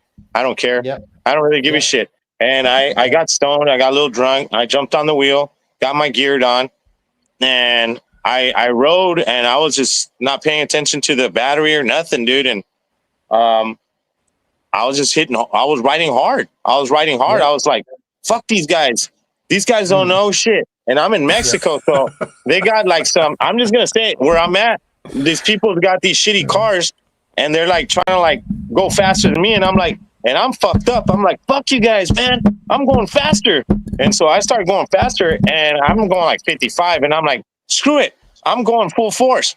And I go full force. Well, I was at 44% battery. I hit that 61, and I was a little fucked up. I was wearing shorts too, dude. But I had all my gear. I had chest, back, shoulders, fucking everything, dude. I had everything for racing. And so when I fell, when it cut out on me, right? I overpowered it, cut out. It went forward, and I did like the Superman, like, you know, and I landed on my chest, but I was going so fast. It wasn't like a regular, like when I'm going 30 fucking miles per hour and you're able to kind of like slide and kind of get up. No, it was like, no, you're moving, dude. And I slid and I spun around on my back, dude. And as I spun around on my back, I could see the master about to land on my face, dude. And I'm moving. And so then I pushed the master with my hands because it's landing on me. I go like this, and and we were both moving, the master and me. I launched it. It went flying up in the air, and I spun around again. Now I'm facing, and I see the master land like 20 feet in the air away from me. And my back's to the traffic, and I'm like in a 2-lane highway. Cars are going 55, 60 miles per hour, dude. So they're slamming their brakes, dude.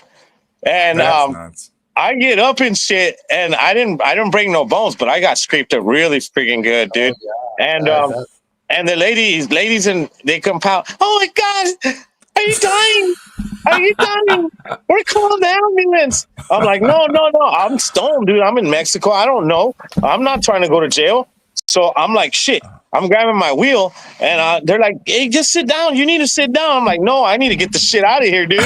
And I go to jump on it, and it did that famous thing that you're talking about where the pedals are like this. Because my motherboard went. So I'm riding like this, like 10 miles per hour all the way home, dude. I get home, and my wife, my wife was like, you know what? You're getting out of this shit. You're not doing this shit. I go, you know what? I said this, dude. I said, hey, I love you. This is my second wife, you know. I've had a wife before, so this is my new wife. I said, we ain't got no kids. I love you. I don't tell you what to do with your friggin' makeup. I don't tell you the 500 shoes that I've bought you. So I didn't die. This is something I choose to do. And I literally, it sounds crazy, Mike, but I choose this before probably my wife, man. I'm not going to lie. It sounds crazy, but it's the truth, man. Like if she told me to stop doing it, I love her and stuff, but I don't think that's the person for me. You know what I mean? Because I need to be as free as a bird when it comes to riding an EC, dude. Yeah, you know? It would be different, you know, having kids. Then it would be different because then you're like leaving a couple of bastards. I got 5 kids, Mike. I got 5 kids, Mike, and my youngest is 24. I already raised my kids, dude. There you go. Yeah, exactly. they're grown now. Done. You know, you're not leaving like a couple of kids and saying, I'm riding EUC till I die. He just said he was going to go buy some milk, and then he never came back, man.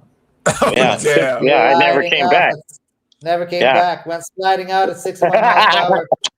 He saw some YouTube clips about tilt back, but he never really understood. So he just kept it and then he went there all enraged, and he got his little Mexican guitar, started playing La Bamba. Para bailar la bamba. Yeah, there you go. Hey. There you go. There we go. And I'm outie. You guys are crazy, man. Hey, you're like Richie Valens, dude. You know why? Because like you said, you don't like to fly, dude, and that dude didn't like to fly either, man. Oh, there you go. All right. You got a little bit of that, man. Yeah, I got to get you a talisman. We got to get you a talisman, Mikey. I've done too much flying in my life, man. Yeah. Are talking about So yeah, Mexico, how do you feel about tilt back now these days, Mike? That's it. I don't even want to mess with it too much. I mean, I still mess with it a little bit, but nah. I mean, I'm gonna race, but I'm not gonna get fucked up and ride hard like that ever again, and not give a shit. Because I really didn't care that day. I didn't, man. I was like, whatever. I know. You go through shit like that sometimes. Some days it's like that, and then especially if you're flying high and this and that, then it just feels like, you know what? I just need to let off some steam and express myself. And yeah, like I did a jump on the master, and I never did a jump one time, and I got so lucky. I was out in the desert because I live in a desert area, dude. So and I live in a city called Tecate where they make the beer Tecate. If you ever drank it, and it's desert area, dude. So there's a lot of off-roaders. They have the Baja 1000 and all that. They have trophy trucks and all that down here, right? But they have like areas where there's like dirt bikes and they do their jumps and all that. And I've seen them do these jumps, dude. And I went with the master and I did my first jump. And I did it with that mentality too, like, fuck it, And I've noticed it kind of helped me, dude, having that cutout. Because at first it didn't. I'm not going to lie. I was scared to go fast at the beginning. It took me, because it was like crazy, man. I mean, I've never, a lot of these guys, they get trained. Everything I've learned was either like watching you guys on like I remember when I got into riding, I was watching you teach some guy in some area where there's like a track, like a friggin' track. Oh, yeah. And so I watched like you, Speedy Feet, a lot of people, man. And, I just, when I ride now, it's like, I think of all the stuff I learned from you guys and I try to implement it and then I implement my style, but I really haven't really been taught by anybody. So it's all solo, like some of these guys that ride, like I'm sure like Will Brady, like he's an awesome rider, but some of these guys, they have off-road experience, like their whole life. They've ridden dirt bikes and shit like that. I'm just going to say it. I was in the streets. I was a homeboy. I didn't do none of that shit. I had drop cars with speakers and shit like that. I never was into that. But now that I'm older, I'm like, man, dude, I gotta push myself. And the only way to get better is sometimes to push yourself to that edge where you might get hurt. You might get hurt. I talk too much. No, it's good. I'm going to show you guys something. It's very relevant also, We spend our lives trying not to get hurt. Exactly. Yeah. Show us, Sensei, what you got. This is hold on. Let me just find it. I want to hear your thoughts on this. I know you're going to have some good things to say about it. Hold on one second. Let me pull it up here. That's give me 1 second in the lab here. I don't know if you guys heard. Hold on, make sure I'm getting it up. I'm going to Malaysia too. Here we go, right here. And I'm just going to take a screenshot of this, and then we can comment on it. Because, Mike, I believe you're actually making one of your last videos. Okay, hold on 1 second. Let me do this. Hey, better not be me doing 50 miles an hour without a helmet. No, it's not that. Okay. Not that. Let me hold on. Right here. Hey, Mike, did you ever? Hey, I know you work out a lot, Mike, but were you ever like into like bodybuilding, dude, or anything like that? In 2010, I just did a lot of weightlifting, and then I just got tired of it. But I've never done anything competitively. I just did it in a nerdy way. Hey man, because I'm like, damn, he's buff, little motherfucking guy, buff, man. Yeah, thank you, man. Thank you. About to split you. Got to get some scissors and put some. I got to get my torso, man. That's all we can do, because we fellas, we can't wear makeup. Well, we can, but then we turn into something else. But there are limits to Crossing what we can for do. bicyclists like to take the lane. That is actually huge. Use If full lane. everyone, I'm gonna blow the screen up a little bit here so everyone May can see this. use the full lane. Yeah, yeah. Even on, like, if I'm not mistaken, like highways, instead of riding the shoulder. Oh yeah, Or- some people are gonna be dead. There's gonna be some dead people, man. Now, again, they're saying you have to use common sense, but Yeah. they're not going to just force everybody basically to be riding in the gutter. We're in the And United a lot of States, don't times they? that's what you're doing on a bike. And I guess this would extend to if you're riding an electric unicycle or riding an e-bike, because you follow pretty much the same rules. Oh hell no. So, I mean, what are your thoughts on that, Mike? Well, that's quite funny. Hold on, now I'm back on the screen. So in Sweden, It looks like we a have to joke. in Sweden we're supposed to stick to the far right when we're on roads and stuff like that. And the thing about doing that is, if it's on a single lane and you're out in the gutter, then when cars pass you, they're gonna pass close. Yep. If you're in the middle, then they can only pass when they can pass, and they will pass you as if they would pass a car, and they don't pass cars close. They take the incoming lane and they pass. If you're riding in the gutter, what's going to happen is that the car is going to stay in their lane, and they're going to play some kind of obscure reverse chicken game with you, where they're pretty close to riding you off the road. So that's like really, really dangerous and terrible to force people to ride on the far right like that. It is. Yeah. I know I was out riding and it happened. I call it Tom Cruise or Top Gun, where they buzz the tower on you, man. And it's like they have the room where they could take and get over, but they come as close as they can, like to scare you or something, man. Yeah, man. Yeah. So we take the easy way out. We just carve up the whole street. Right? Yeah. We just carve up the whole street. That's it. If we carve up the whole street, the only time I don't like it when people carve up the whole street, that's if there's incoming cars. Because when you're carving up the whole street and there's an incoming car, then it's like you're pointing your wheel toward them and then you're not. And then you're pointing your wheel toward them and then you're not. So that's a bit threatening. That's like I'm waving a gun around. I'm pointing my gun towards you and now I'm not. And if I'm riding and I have a car behind me, then of course I'm going to carve up the whole street, because I'm going to be riding as fast as a car or a little bit faster.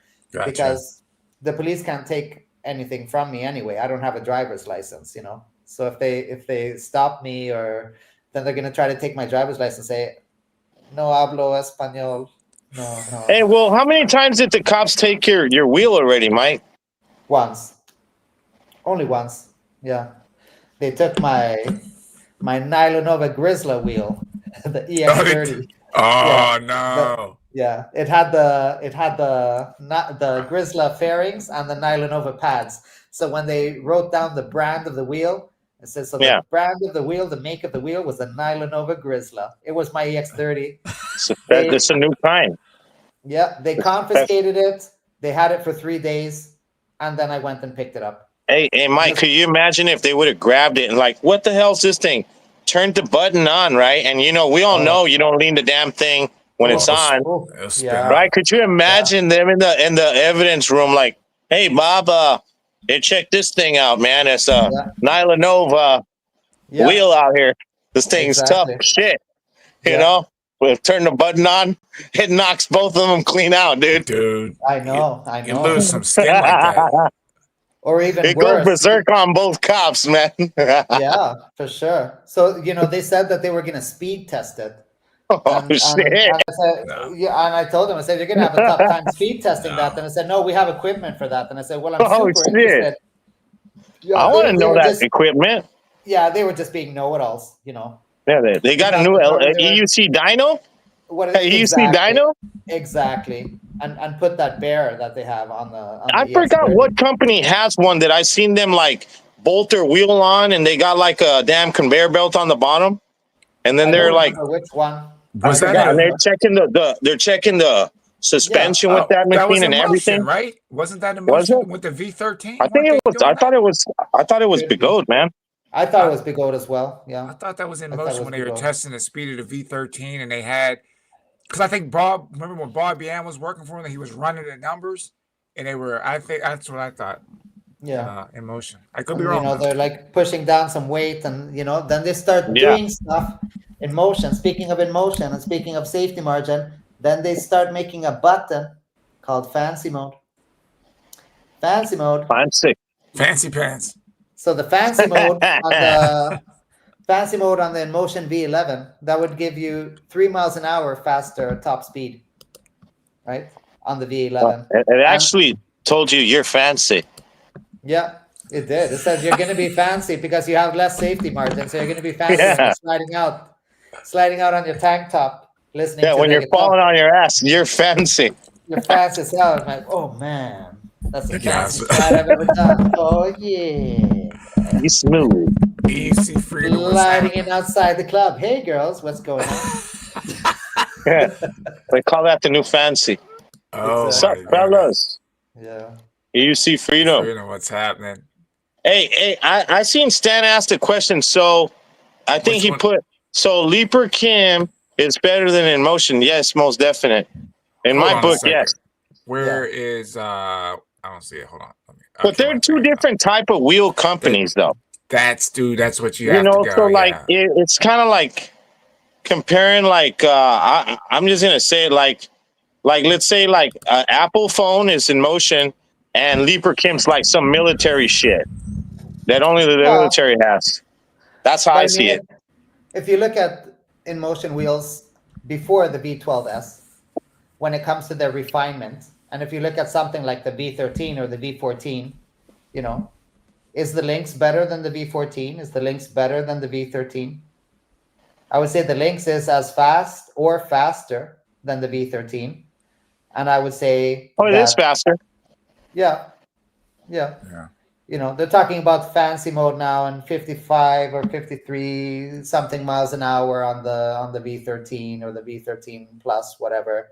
But in the end, they just sold away all those. Well, that wheel was built wrong, Mike. Like that thing needed to have hydraulic suspension and top speed of 55 miles per hour and twice the size of battery. That's what that V13 should have been. Yeah. Yeah. I mean, it wasn't bad. It was like they skimped out on it a little bit. Can you imagine that size wheel with hydraulic suspension, twice the size battery, and can go 55 miles per hour? Yeah. It would have been a big seller. It would have been a big seller. Yeah.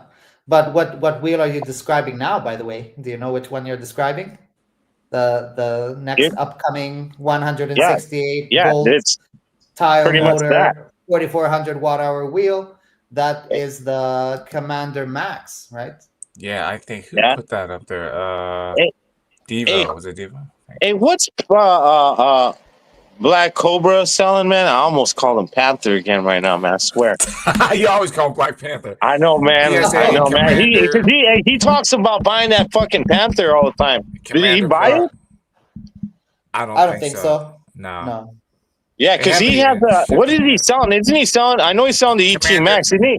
Commander something, right? Who has that Commander Pro? Commander Pro. He did the jump and busted the pedals off. Remember when he overshot the jump? Oh, really? Hey, Donovan. Funniest thing. Hey, Donovan's like the ramp, dude, and I was like, damn, Cobra's high as hell. He comes down and those pedals just fold like peanut butter and jelly sandwiches. Dude, it's like whack. See, that's because that wheel wasn't meant for him, bro. Like that setup wasn't meant for him. We're all different, bro. Well, he's different. He weighs like 230 or 240 pounds, so he's definitely different. Yeah, he's a big guy. Yeah, for sure. That's what Devo's talking about. He's saving up, waiting for the 210 volt 2, also considering the Commander Max. Yeah, because the Commander Max, 4,400 watt-hour tile motor, 168 volt wheel. And that's going to be a 65 mile an hour wheel. I don't know. Devo, you know what, Devo? I've had Extreme Pull and Begode and In Motion. And I like Extreme Pull. But you know what? I still think Begode is better, man. Mm. Yeah, like I had that Mini, and that was a great wheel. And when they came out with is that the Commander Pro, the one that has the 2,400 watt-hour battery with 22-inch tire or 20-inch tire? Jeez. Just like a Master. The Commander it's just Pro like the Master. The Commander Pro came out with a Sherman S and with the EX30. Yeah. So the Commander Yeah. Pro is a 3600 watt hour. Then they started making the Commander GT and the GT Pro. They So went crazy with that. Yeah, and then I think they made some. No, I don't think for it to be a 2400 watt hour, then it would have to be 134 volts, right? So then you're still stuck at that speed. Who beefed up Mike's Nikola? That was Yeah. the Germans. One Rad Werkstatt. It's a German company. That's who I got my 16X from, and then I bought the Nikola, and the Nikola was just their particular flavor of it, where it had custom packs, which were laser welded Samsung 50E packs, and the Smart BMS. So that was something that was super interesting. But Bigot does make a stock Nikola with 3 packs now. Yeah. Actually, well, not now, but a couple of years back, they did. So they're out there. They're floating And around. Lumo made one as well. Lumo made a modified 2700 watt hour Nikola as well, but that had some crazy funky battery configuration actually. Okay. So those batteries aren't connected in parallel; they're connected in series.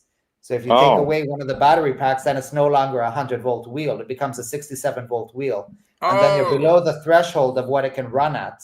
So if one of the battery packs would fail for whatever reason, and there's no redundancy whatsoever. They're kind of screwed. That's crazy. Very screwed. Okay. Wow. Yeah. Didn't know that. Yeah. So obscure world of Chinese modifications. Is there any wheel right now that interests you, Mike, that you're like, you know what, if I had the money, I wouldn't mind this? I could consider a rocket, and I could consider possibly swapping out my Patton for a Patton S, but I do like I like the OG feeling of the Patton, and also the Patton is particularly fast for what it is, so the Patton is, for the geometry and for the voltage, the Patton is faster than the Lynx. So the Lynx is comparatively slower than the Patton, not in absolute S, right? speed.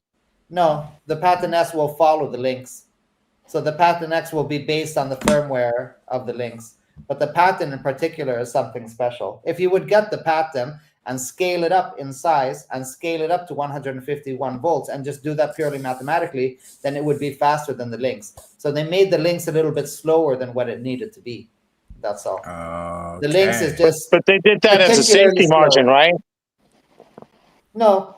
Not maybe really, because because the safety margin on they made it for torque. So the Lynx is a very incredibly strong wheel. Out of all the pull tests that have been done on wheels, the Lynx is at the top. So the Lynx has the most horsepower, but no wheels. That's interesting to know. Yeah. So if you want to pull stuff, then the Lynx. Well, that's what Sensei has. Lucky guy. Yeah, dude. Yeah. That thing is definitely up my riding. It really. So you know what to do. Just get a rope and tie it onto someone's feet and drag them along. Give me your horse drag. Hey, go drag that guy that was giving you shit. Yeah, don't do it on the V12S though. The V12S can't handle it, but the Lynx, man. Oh boy, you won't have any skin left. The V12S is just a smooth, I would say, like a Tai Chi type of wheel. It's not. Yeah. You just want to ride that thing nice and smooth. It's luxurious, man. That thing it's really, really nice. I'll try to get the video up not Monday. I'm gonna ride tomorrow. I'll get it up maybe Sunday. It's decent. It really is. I was surprised. Have you clocked your speed yet? Riding seated yet? Because you sounded like you were going at least 40 plus miles, man, the other day. If you ever notice, I rarely. You're riding a knobby though, right? Dude, I rarely if ever post my speeds when I ride, man. Yeah. Keep it low key. I keep it low key, but I was hauling ass though, dude. You were going. Yeah, you've gotten fast, Sensei. If you look like 3 years ago. Yeah. Before I was like a grandma on a thing. You're just but you got that seated shit down, dude. It's almost. I think the problem I'm having now is just. I can't even do that yet. I can stand up, but my problem now is just sitting down, going from standing to seated. It's like my mind's telling My mind's telling me yes, but my body, whatever. Says no. Yeah, Any tips, Professor? Any tips, Yeah. Professor? Yeah. That's an old R&B song, man. yeah, that was what R. Kelly. Oh my Yeah, one of god. those. Yeah. Yeah. Yeah. But my Exactly. body. Tell me Exactly. no. Hey, Mike, you got any tips on him, man? Like, can you give my boy here some tips on how to go from seated to standing? Is it a real Well, quick movement? Is it anything? Any it's quite tips? funny. It's quite funny because yesterday a few years back, I did post a clip on seated riding on the MSX, and I showed some technique on how to sit down. But now I've been practicing a lot on the EX30. So lately, when I'm going to sit on the EX30, then I would grab the front, right, to just like have my weight a bit forward so that I can sit down. But my episode that I released yesterday, that is the PWM blah blah blah, I do a run seated, and after I do the seated run, and after I'm running, at one point I'm not thinking about it, and I'm holding onto the stick, and I just sit down, no hands, and I call that move the plop. That's a plop. You just plop your ass right down there. You know? Just like a. So you're just there and you're riding and you just go like, plop, and you just plop, man. The thing catches you. The seat catches you. You end up a little far back, so then you got to like scooch a bit.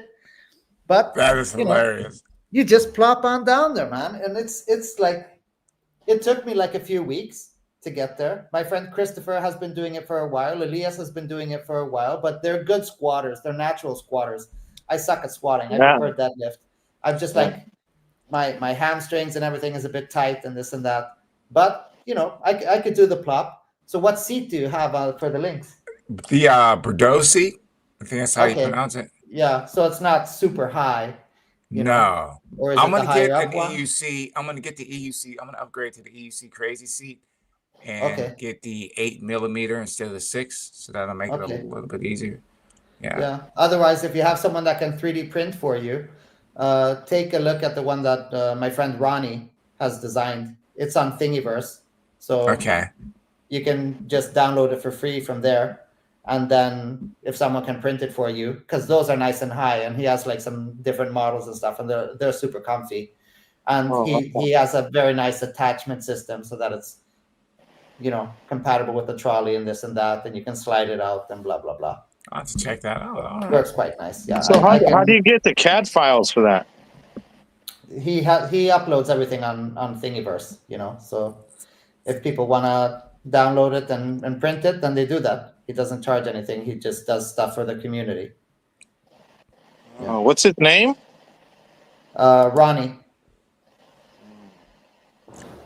Um, yeah, this is right. I don't know, man. Like, is suspension necessary for grab and go? And then Devo says, not necessary, but won't get a non-suspension grab and go. It's crazy with that. I'm kind of like torn in between that because I needed to just jump on the wheel real quick. I grabbed my RS, dude, and I jumped on that thing and went for a rip. And it just put a big smile on my face, man. That wheel still runs freaking hard, dude. Yeah, it's fun. It's fun, man. You get in touch with the universe in a different way, Yeah. when you're on those wheels. And for me, that's for something to be a grab and go, that means that I can carry it with one hand and I can carry it up and down my flights of stairs, Yeah, well, what's the weight? What do you consider the weight limit for grab and go? My RS is 58 pounds. Yeah. Yeah, Exactly. say anything under 60. So you're saying under 60? I'm for me it's 70, After 70, well, you're a buff guy though, Yeah. I've had times where I carried my EXN in one hand and the fat nickel in the other hand. And gone up my 2 flights I of think stairs. a grab and go wheel should be under 55 pounds.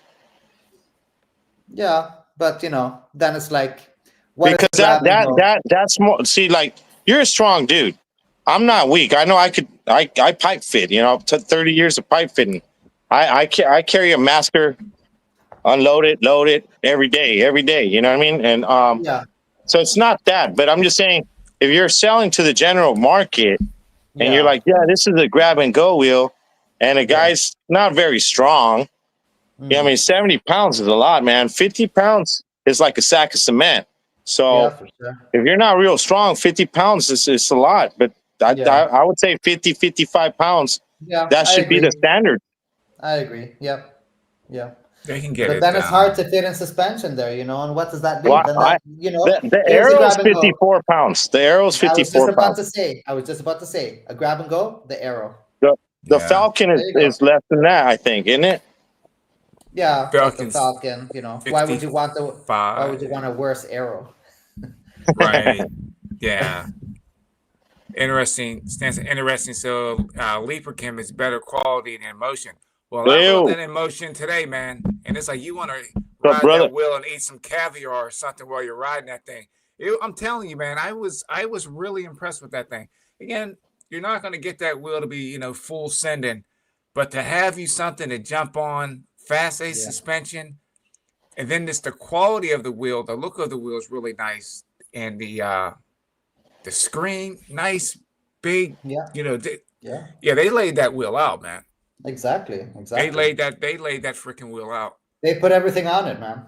Yeah, they laid it out. Mustard, ketchup, sauerkraut, fried onions, everything, man. Yeah. And now, like a New York City hot dog cart. Yeah, exactly. Now with suspension, grab and go 55. Without suspension, though, 45. Because that Tesla V2 or what you have, the V2 or I had the V3? V2 yeah, that was 41 pounds. Yeah. 41 pounds. Mm-hmm. That's a grab and go wheel. That weighs nothing. And it goes at least 30 miles per hour. You don't need a lot of speed for a grab and go wheel. No. You know, so if you went non-suspension, you could even go as far as like the Tesla or the V10. Yeah, my wife has a V10F. Yeah. You know? Yeah. There's other grab and go wheels that weigh way less. Yeah. Like the V10 weighs nothing. What's the V10 like 35 pounds, 40 pounds? It's light. Probably weighs a little over 40 pounds. Yeah, it's light. I think it's light. A little over 40. Yeah, maybe you could probably 45. throw that in a backpack, dude. Did you guys ever see the backpack they sold for the 9-bot 1? I never saw it. That you could put it on your back. Did you ever see it, Mike? Yeah, I saw it. And they made one for the M10 as well, you know. Oh, they did. Yeah, you could throw your wheel on your back. Yeah, that's crazy though, man. See, that's grab and go. That's grab and go. That's true grab and go right there. Yeah. Well, especially if you're going to go shopping, because then you're going to ride your M10 4 or M10 3 to the store. And then when you get there, you're going to walk through all of Walmart with the M10 3 in your hand, dying. Now, what do you guys feel about like the future? Like stuff like that, like those new little wheels? Oh, those I think are just like too small. I think the M10 I mean, there's kids though, Mike. You know, there's kids. There's kids. So like, do you think they're good for the kids? I would just speed lock an M10-4 instead. Yeah, I like small wheels, but what I noticed with small wheels, and I'm talking for people like my size and above or just below, it locks your riding down a little bit. I mean, you can learn tricks and everything, but you need a wheel that's going to fit your body.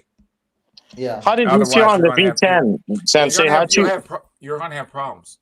How'd you feel on the V10F because you own it, right? How do you feel like when you ride that? Like, because you're a big guy. You're a big guy. So how does it feel as a grab and go wheel? Well, this is V10F is strong, man. Yeah, V10F is a strong wheel. It's a 2,500 watt motor, and it has a inverse safety margin. So the lower the battery gets, the safer it becomes because it throttles more than the battery voltage. So when you're at half battery, it'll throttle you so much that you're actually safer than what you were at full battery. Dude. They show a very nice chart of it, but it's a strong climber, that V10F. And it has a good battery, and it has a nice config of batteries. They're 18650 cells. This was pre-21700 cells. So then you have multiple packs. So you have more parallelness in them. If you start getting these smaller wheels with very, very small batteries in them, there's hardly any current output available on them. So when you start getting at half battery, you're going to kill your 12-year-old on that thing, man. You're Yeah. gonna kill your 12-year-old. You know, your 12-year-old is gonna come home and go sliding out at 12 miles an hour. And sliding out at 12 miles an hour, that hurts, man. When we would run as kids and run as fast as we can, and then we trip somewhere along the way and do that Superman slide on the sidewalk. Oh That man, shit fucking hurt. Donating skin, we don't baby. want to. Donating skin. Yeah, exactly, Right. Yeah, Donate. exactly. Yeah, Yeah, that's my only that's gripe what you with call the smaller wheels. You'll get to the a street point marker, what you where called the other day. it's like a novelty. but Sensei, have you ever overpowered your V10? I Your do. V10F? You know what? No, I'm going to tell you, no, I didn't, and I should have. I did. I Yeah. mean, I've See, told the it's story super a million easy. times. I was chasing Ronan Ryder at EDC Oh, Vibes man. to New York City. Oh, Ronan was jeez. on a Hero. A Hero. Oh, damn. That's when they did the Hero demo. And Yeah. then Vibes is on an OG Sherman. And Jeez. we're just slicing and dicing through the traffic, Lower Manhattan. And I hear Vibes say, "How the hell you keeping up with us on a Yeah, man. V10F?" I'm like, "I don't know, dude." like I'm about to cut it out, but the wheel Yeah. kept pulling, man. It kept pulling. Yeah. Yeah. That wheel is And a it lot, tilts. mhm, It, lot ha- stronger it than what people has think. it has reliable tilt back. You know, it'll warn and it'll beep beep and it'll tilt you back. And You it's know, got good waterproofing, good speakers, good lights, yeah, decent exactly. lights, you know, It's a solid and it's wheel. cheap. You can get it under $1,000 too. Exactly, man. Exactly. Yeah. It's a solid wheel. Yeah, it is for sure. Even by today's standard, it's still a good It wheel. I mean, is. if we had a V10F, you know, and next time we feel down or sad about something, then we can get the V10F and over pump the tire and go ride. Yeah, EC Freedom. I'm working on it. Check out my latest clip, man. I'm working on it. It's working on it. Yeah, on my latest clip, I am wearing a helmet and I'm practicing. I got a couple new I helmets. over I overpowered the V10 really easy when I had it, like too easy. I got it to teach people. And then I got that teaching from you, man. You remember when you were teaching some kids one time? Yeah. And I said, I'm gonna start teaching kids down here in Mexico, and Yeah, it didn't man. work out. It didn't work out. Oh, Like really? it's legal stuff, and I was like, oh shit. So Oh, if I man. gotta teach, I gotta buy health insurance for the kids Oh, in case jeez. something happens to them. And I was like, what? Oh, And I was like, that's yeah. fucked up. So then I Yeah. ended up giving the wheel away to somebody. And Alright. but I remember I wrote on it a couple times before I gave it away, just to think about, like, should I give it away or whatever. And it was just too easy to overpower, man. Like it was dangerous for me. I think for me, I have a heavy foot now. It's a little too heavy. And sometimes, you know, if we get a wheel like a V10F and we put some aggressive pads on it, then Oh hell yeah! maybe that's not the way they designed it. Oh So hell no! Exactly. we're gonna Yeah, put no some. pads. That should be a no pad wheel for sure. I don't even think I had pads on that wheel when I was blazing. There was no I pads on threw the the wheel. Grizzlies on it one time, and that was just nuts. But like, Yeah. bing! Oh yeah, this is not for it. Yeah, then you can start flicking the wheel and doing stuff like that, you know. But if you have like some softer pad config, and maybe not like a super hard one that you can like hard torque and stuff, but instead that you can flow into, and maybe that it will, you know, I want pads so I have something that keeps my feet on the Like pedals. some soft pads. Yeah. Exactly. Fuck it, just Yeah. put some yoga blocks, man. Let's go old school with it. I know, can do but that. there are nicer looking ones that are available. Big old square ones, commercially. like 6-inch thick, you know? Yeah, I know. It just looks so ghetto, you know. And then we are there we go, you know. If we're gonna be nerds, can we at least look good while being nerds and have like a nice looking wheel, you know? Like some guy made some foot knobs with I don't know what and some duct tape, you know, back in the day. So hey, what's the guy from iCafe? What's his name? Serway or what? Sergey, Russian. How do you He's a say it? Russian fella. Sergey. Yeah. Okay, so that wheel that you got, that's just like a hobby. Like he's not like, maybe one day I'll do It's something with it. It's difficult. It's a hassle, you know, to sell stuff. Yeah. It's a It's hassle. like that wheel. I'm looking at it and I'm like, I'm like, dude, if you put like a little saddle on the top of that or some kind of like seat on top of that and some good pads, you might be able to fucking rip it. Yeah.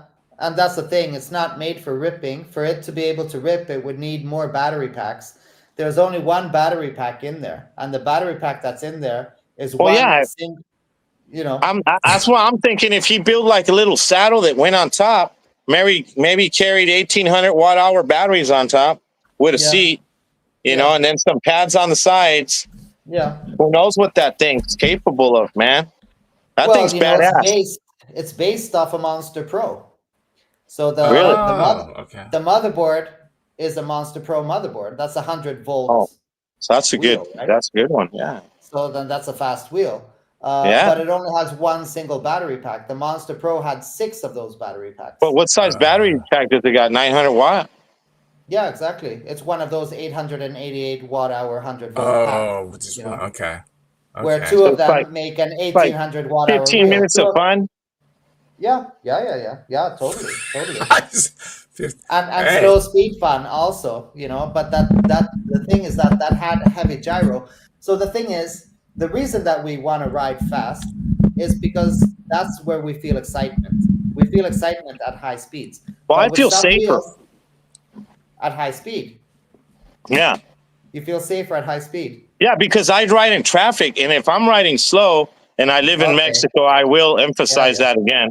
I'm going to be roadkill, or what is it? You called it a street marker, or what did you call it the other day, Sensei? A meat crayon. A meat crayon. I'll be a meat crayon. I will be the meat crayon. Yeah. We got to get that on our shirt. Don't be a meat crayon. If you were riding on an empty path and you had the whole path for yourself, and there's no one else there, and the conditions are perfect, would you feel safer riding at 20 miles an hour, or would you feel safer riding at 40 miles an hour? At 40. Okay.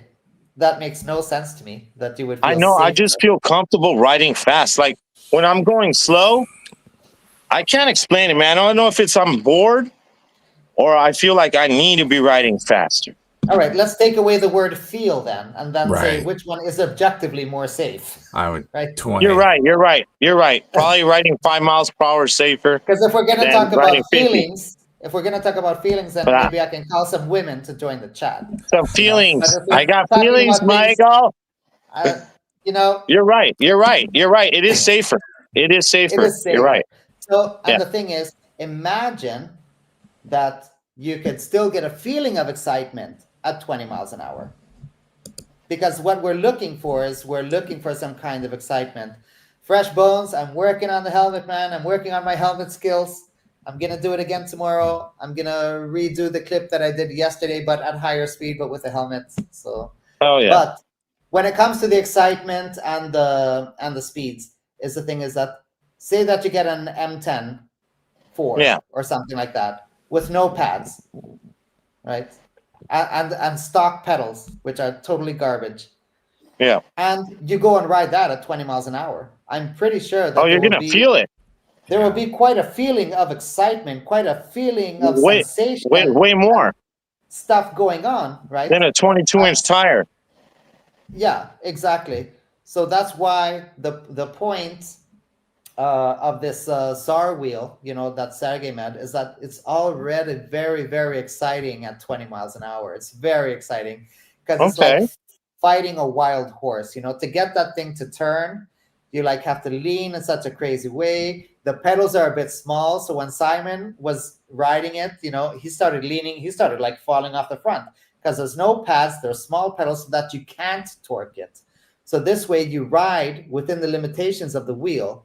Instead of making the wheel fit you have to fit the wheel. Yep. That's the challenge of the wheel. And that's what makes it exciting to ride. It's not meant to be a performance wheel. We can probably make a performance variant of it. Yeah, that's what I'm saying. As it is now, the wheel is pretty much street legal according to Swedish laws. Because in Sweden, there is a speed limit to how fast electric vehicles are allowed to go. And that speed is 16 miles an hour. And after that, I don't understand Cali, that, man. Cali, it's 28. Yeah. Yeah, but That- I don't but get that. that's on the bikes, dude. And they're changed the law, but I don't know if that's gonna be with the EUCs. But that's what it was, 28 miles per hour. Yeah. That's crazy. Yeah, And they're that's full of like in crap with that. France also. In France, they have low speed limits as well. The thing is here, we just try not to stick out. And by stick out, that means that if we see cops, we slow down. But otherwise, I mean, we're just riding like stupidly fast all the time. We're on shared bike paths with pedestrians, ripping past them at 35 miles an hour. Yeah, I can At this pretty point, much do whatever I want where I'm at too, man. yeah, that's You awesome. gotta have 20 Oh, bucks with you, Mikey. So, if you have a speaker, then you have And then, music playing when you're yeah, riding, so like people that. hear that you're coming. Otherwise, I have a bell, and the ding, yeah. ding, ding, ding, ding. What am I What? going to do? Like ding it or play the ice cream truck song or something? And I That's have kids chasing me everywhere, man. So I just have music playing. I got some good vibes going on. If I'm at an outdoor gym and then some mother comes there with their kids, then I start playing Tupac and the most offensive lyrics that I can find, just to Yeah, like discourage them that this is not a playground, this is a gym. Please go away. there clear you out go. the And area. otherwise, if I'm somewhere else, then I'll just play like very inappropriate songs or stuff, or like it's like people hanging out, or then I'll start playing like some Britney Spears song. I'll say "Hit Me, Baby, One More Time," or riding on a bike path and passing by a nightclub while listening to Madonna like a virgin. That's There you something. go. That's something. You will see those girls. They're like, ooh, ooh. I'm like, hey, relax, honey. You haven't been a virgin for a long time. That is, Um, oh You don't my want to die a goodness. virgin. So Stan, speakers are hilarious, man. Speakers, Stan, just having a speaker is crazy. But since I have the speaker here, I can hear it. Having the speaker down there, that's crazy because you're so far away from the speaker yeah, that everyone else will hear it more than you. that's a Well, But you me know, fact. having a speaker here is the opposite. I Hundred clip it right dollar, here. $100, big boy, $100. That's it. Get a Marshall speaker for $100, and that's it. Then you don't have to have this and that in the wheel and start making these pads around the speakers like Kingston started doing, and they made this mess with Oh, these so, pads that aren't oh, really pads. They're like a protrusion that are like a pad, and then the speakers are going in here and Yeah, something. they didn't design it right. See, yeah. like that's why I said, like the V12. Most people do not know the original V12 had 8 speakers, and you didn't see them. It didn't bother Mhm. anybody. They were Yeah, at the you top said, part of the machine, as high as it could be.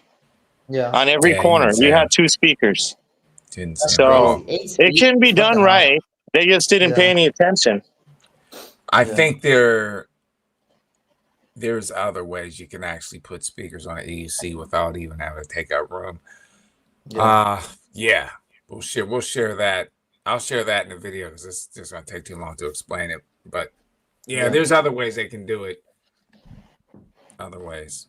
Yeah, but Uh, some wheels with the speakers and the lights that sync up with that's the a, wheel that's as you're pretty listening to cool. music. That's pretty cool, That's man. That's pretty pretty That was cool. cool, pretty I think sick. especially the for new, some. I think the C8 does that now.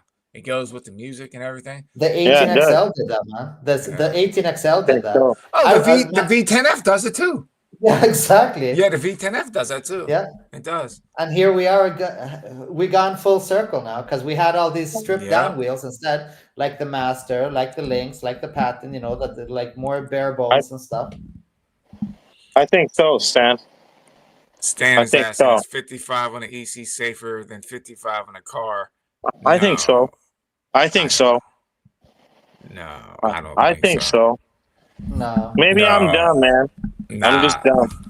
I don't Well, think so. depending on what kind of car and what kind of accident. Let's say you're getting hit, man. I'd rather not be in shrapnel getting cut up. I'd rather go flying off of 55 But it and depends on take my what you risk. hit.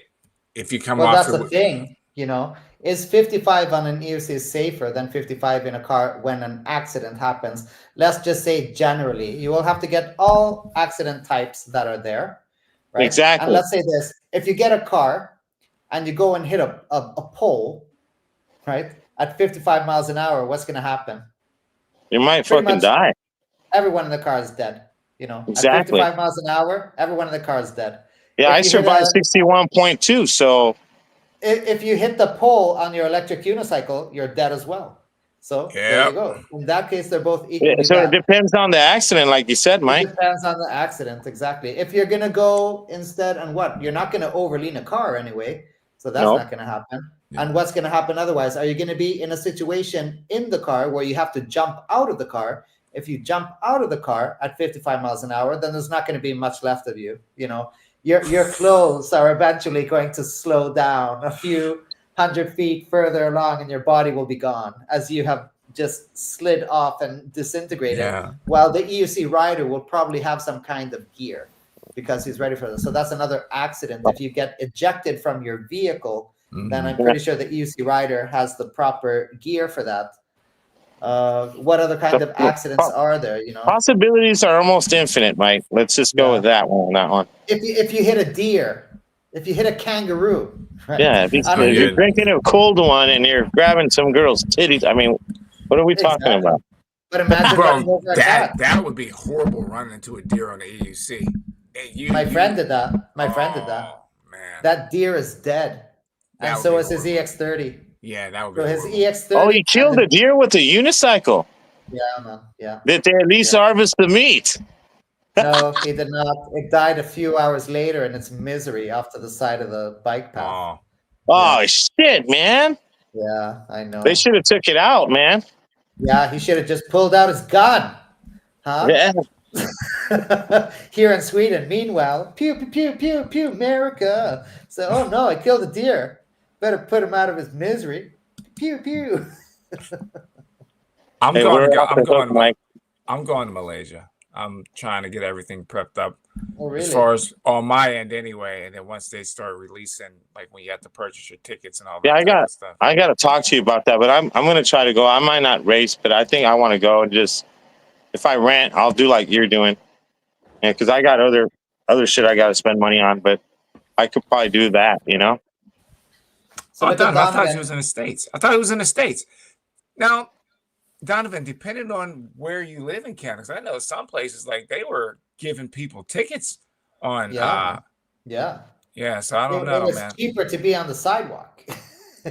It was cheaper to be on the sidewalk in Canada, But yeah, he just rides in the middle of the lane. So there you go. New York was getting crazy. New York was getting nuts. Yeah, they were giving everybody tickets. They didn't care who it was. Somebody asked me about this the other day, and I said, well, EUCs did become illegal a couple of years back, but it just wasn't being enforced by the police. It wasn't being enforced. Like when I went today, they said someone got their wheel taken, but they ended up giving it back. Oh, but so what they were saying is just ride and just like don't ride on the sidewalks and just be stop at the red lights and stuff like that. You should ride hard, man. Hey, Donovan, you ride hard. When you see the cops, don't even wave. Just look at them and you keep riding. Yeah. What's that phrase that you say, Sensei? Ride like what? Ride it like you hate it. Yeah, there you go. Oh, Devo got it coming straight from the underground. The young brother got it back. That's because the other guy. That's because Donovan wrote "F the police" coming straight from the underground. Yeah. Oh my goodness. That was my first thought when I saw that. That is too funny.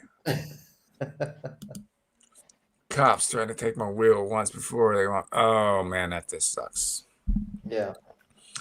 But I had people tell me, get on the sidewalk. I'm not getting on the sidewalk. No, I'm not riding now. Yeah. Not if I don't have to. It's a trap. Get on the sidewalk. It's a trap. Don't get on the sidewalk. I'm a little bit behind here. Let's see what we got. Oh, we have E. Simon. What's going on in here? E. Simon. Jose, what's happening, brother? Jersey Rider. EUC vibes creeped up in here. Oh, yeah. Oh, I did over torque. Yeah, Stride, I did. I almost had a daggone dental appointment over torque in the daggone OG Sherman. That wheel was easy to over torque, man. Believe it or not. And I wasn't a torque monster either. And I did that a few times on the OG Sherman. Gone up a hill And those pedals, man, I was on my toes like Fred Astaire. Gone Dude. up the hill, man. Jeez. Oh my goodness. Search my channel for the Burning Sherman, where I did see that. I did see that. Daniel is just like, oh, look, a hill. Oh my God. Yep. Goodbye, Sherman. remember that. Bye-bye. The board. I remember. So that. Donovan wants to know why you don't have super chat, because this ain't no OnlyFans.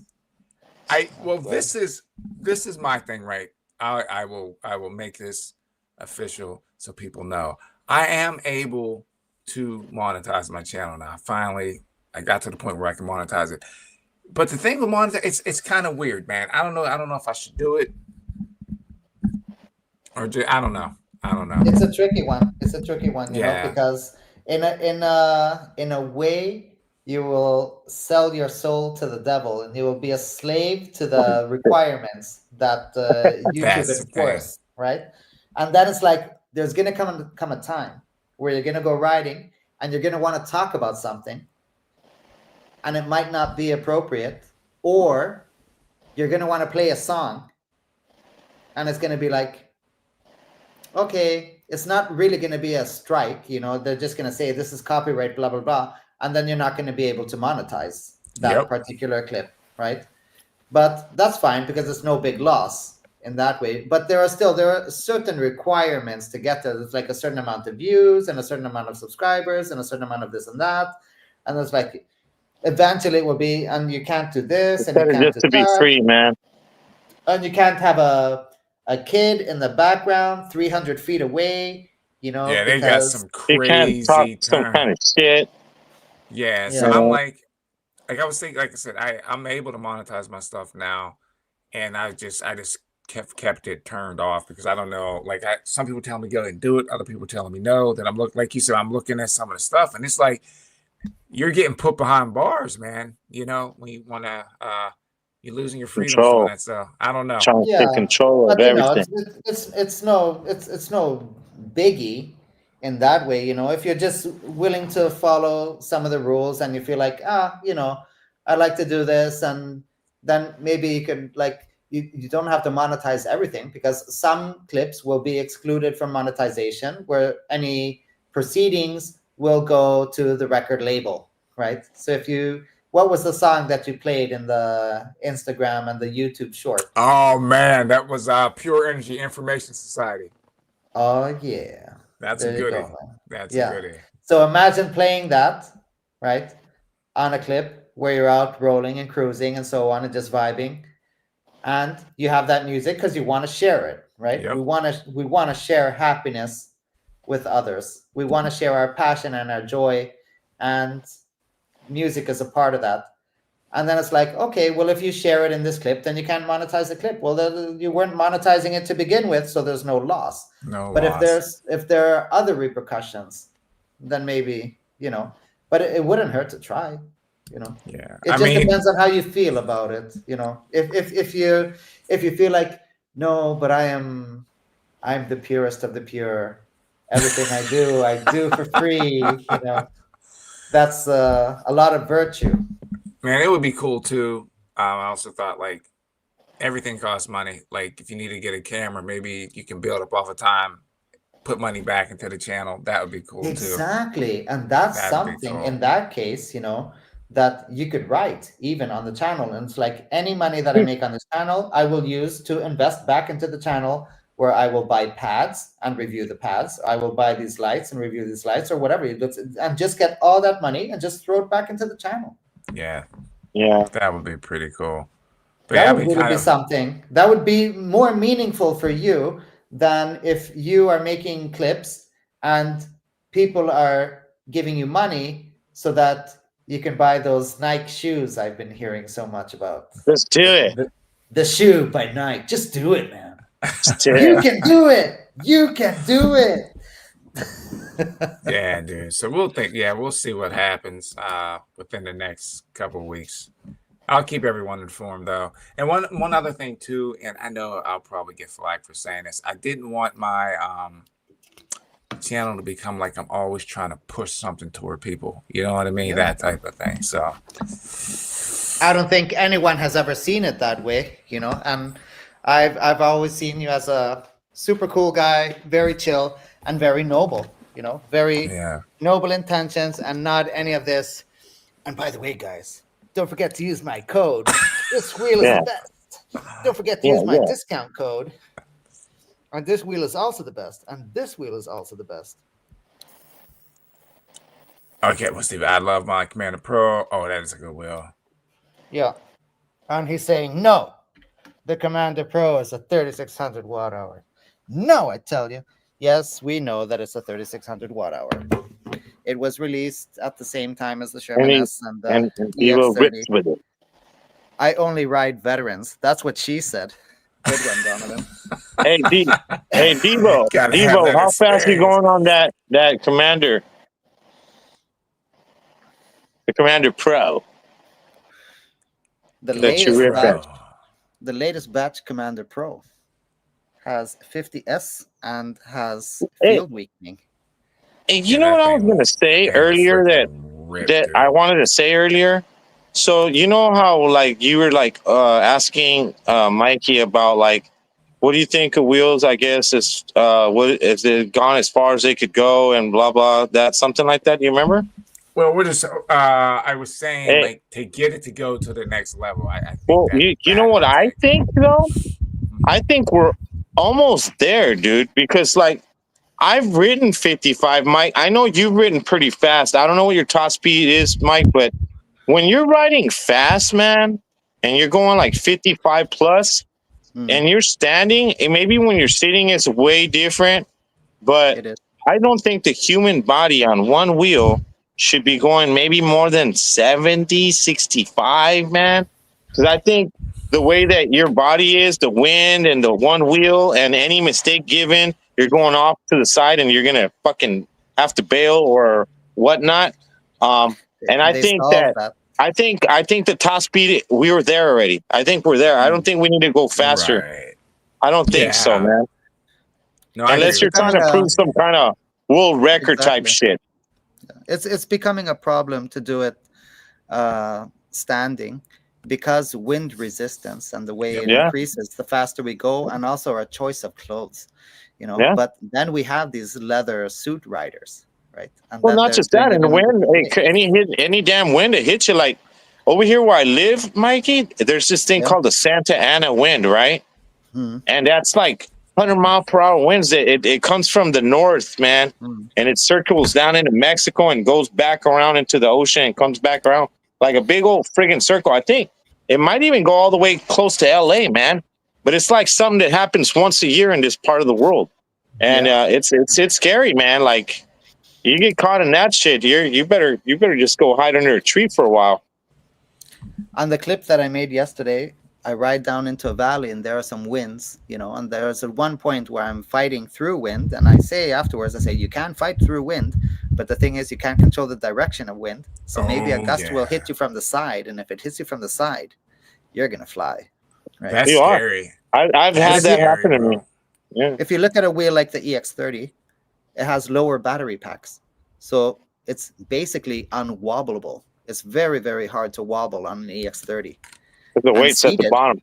Yeah. yeah, exactly. So it's super stable, right? Well, Yeah. the Lynx will wobble and the Sherman L will wobble a little bit more.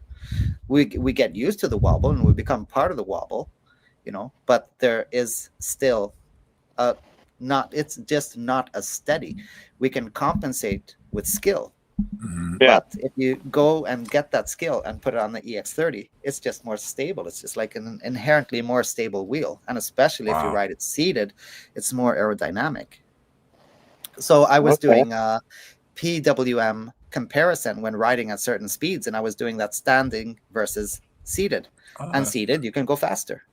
Seated, yeah. you go faster. So if you want to go faster than the top speed that you can get while standing, sit your ass down.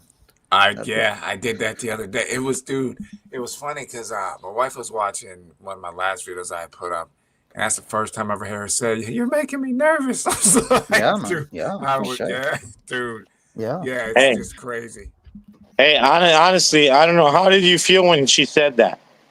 dude. I was just like, Did you I feel was like gonna a push. bad boy? A little Well, Felt bit, like a like man. badass?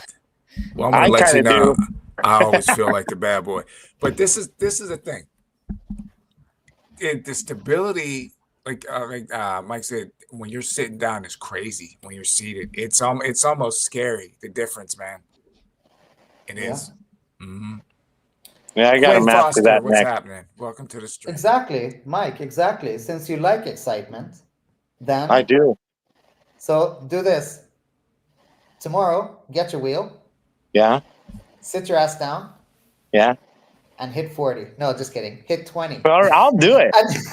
No, I Hey, know I'll you hit fucking 20 send you a and get picture of me all get fucked up acquainted too. with the 20. I did it, but Yeah. And as time passes, right? Let's see. I've never had a big Bigode. Yeah. Okay. Fires. Yeah. The fire wheel. Yeah. Yeah. Bigode and the burning wheels. Yeah, for sure. But as for the seating, the seated riding, right? It will feel very exciting at low speed, especially when you're turning and stuff like that, or when you need to stop, It's fun, dude. when you need to slow down. All of a sudden we're braking like this. Yeah, stopping's crazy because I know Yeah. I went That to is not a stop. flattering pose, when Nah, you dude. slide up over to some women and say, "Hey, ladies, It's like, what's going on?" oh man, don't stop. Dude, yeah. Dude, I almost came. I thought I was gonna come off the back of the wheel. I'm like, wait a second, I'm Yeah, not man. slowing Yeah, down. I'm not yeah, slowing. Yeah, it takes some time to slow down.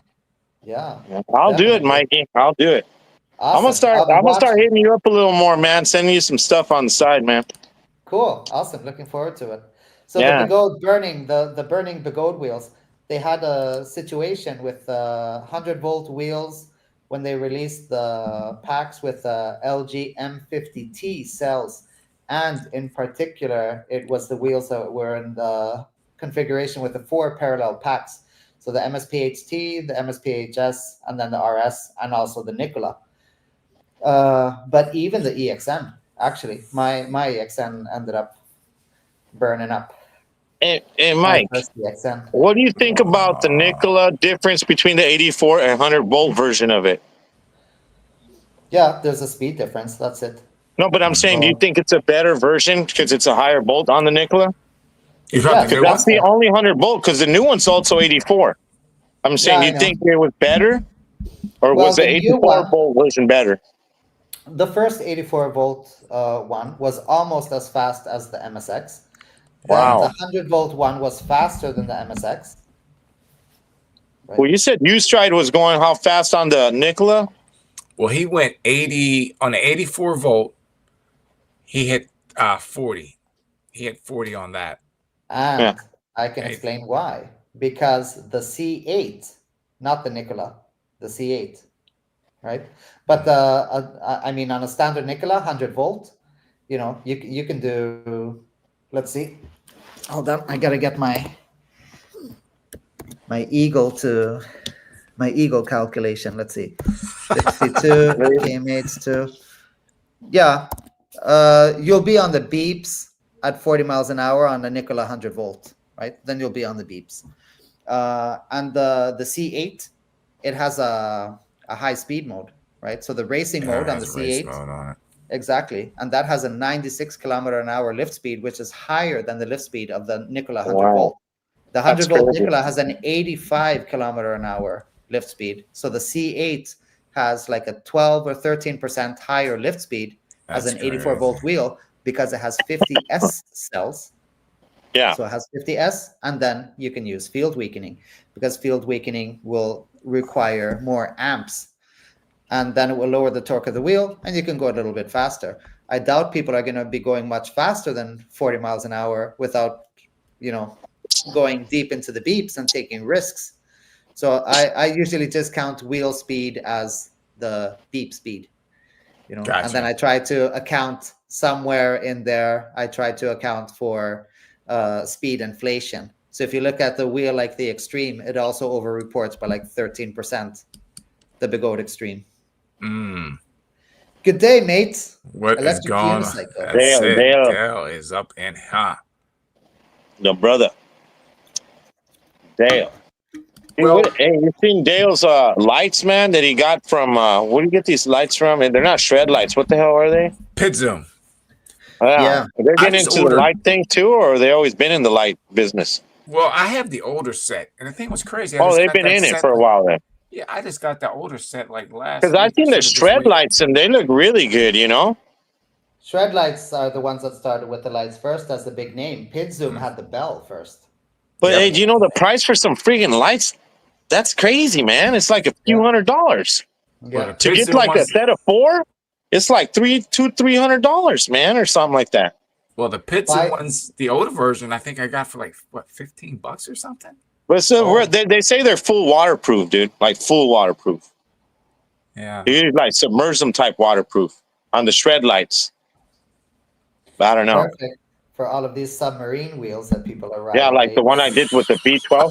I'm telling you, Submarine. man, you should have seen that shit, Mike. I was riding the V12, man, and I went into a street, and in Mexico, the streets kind of go down here and there, and Yeah. since the water levels out, I couldn't see the street going down, man. I go down into a dip. I'm like almost close to my crotch, man. The wheel's underwater. And Crazy. I end up Crazy. just taking a bail in the water, and I'm underwater, dude. I come out of the water with the wheel in my arms. Luckily, the car seen me go down, and they all stopped. I pulled, and it's pouring rain, dude. That's I thought, crazy. hey, you know what? Because I've ridden it in the rain, and I had no problem.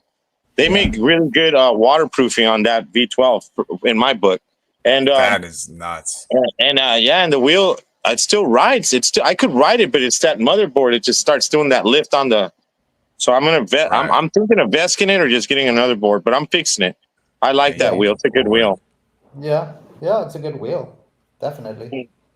I Yeah. know Fun It's a to feel little around. sudden with change. the RS, if you got it from E-Wheels, like the one I have the Litech battery packs in my RS. So I mean, they're good. Well, e-wheels are the only company in the world that did a recall Mm-hmm. on the batteries, right? And they did that out of their own wallet.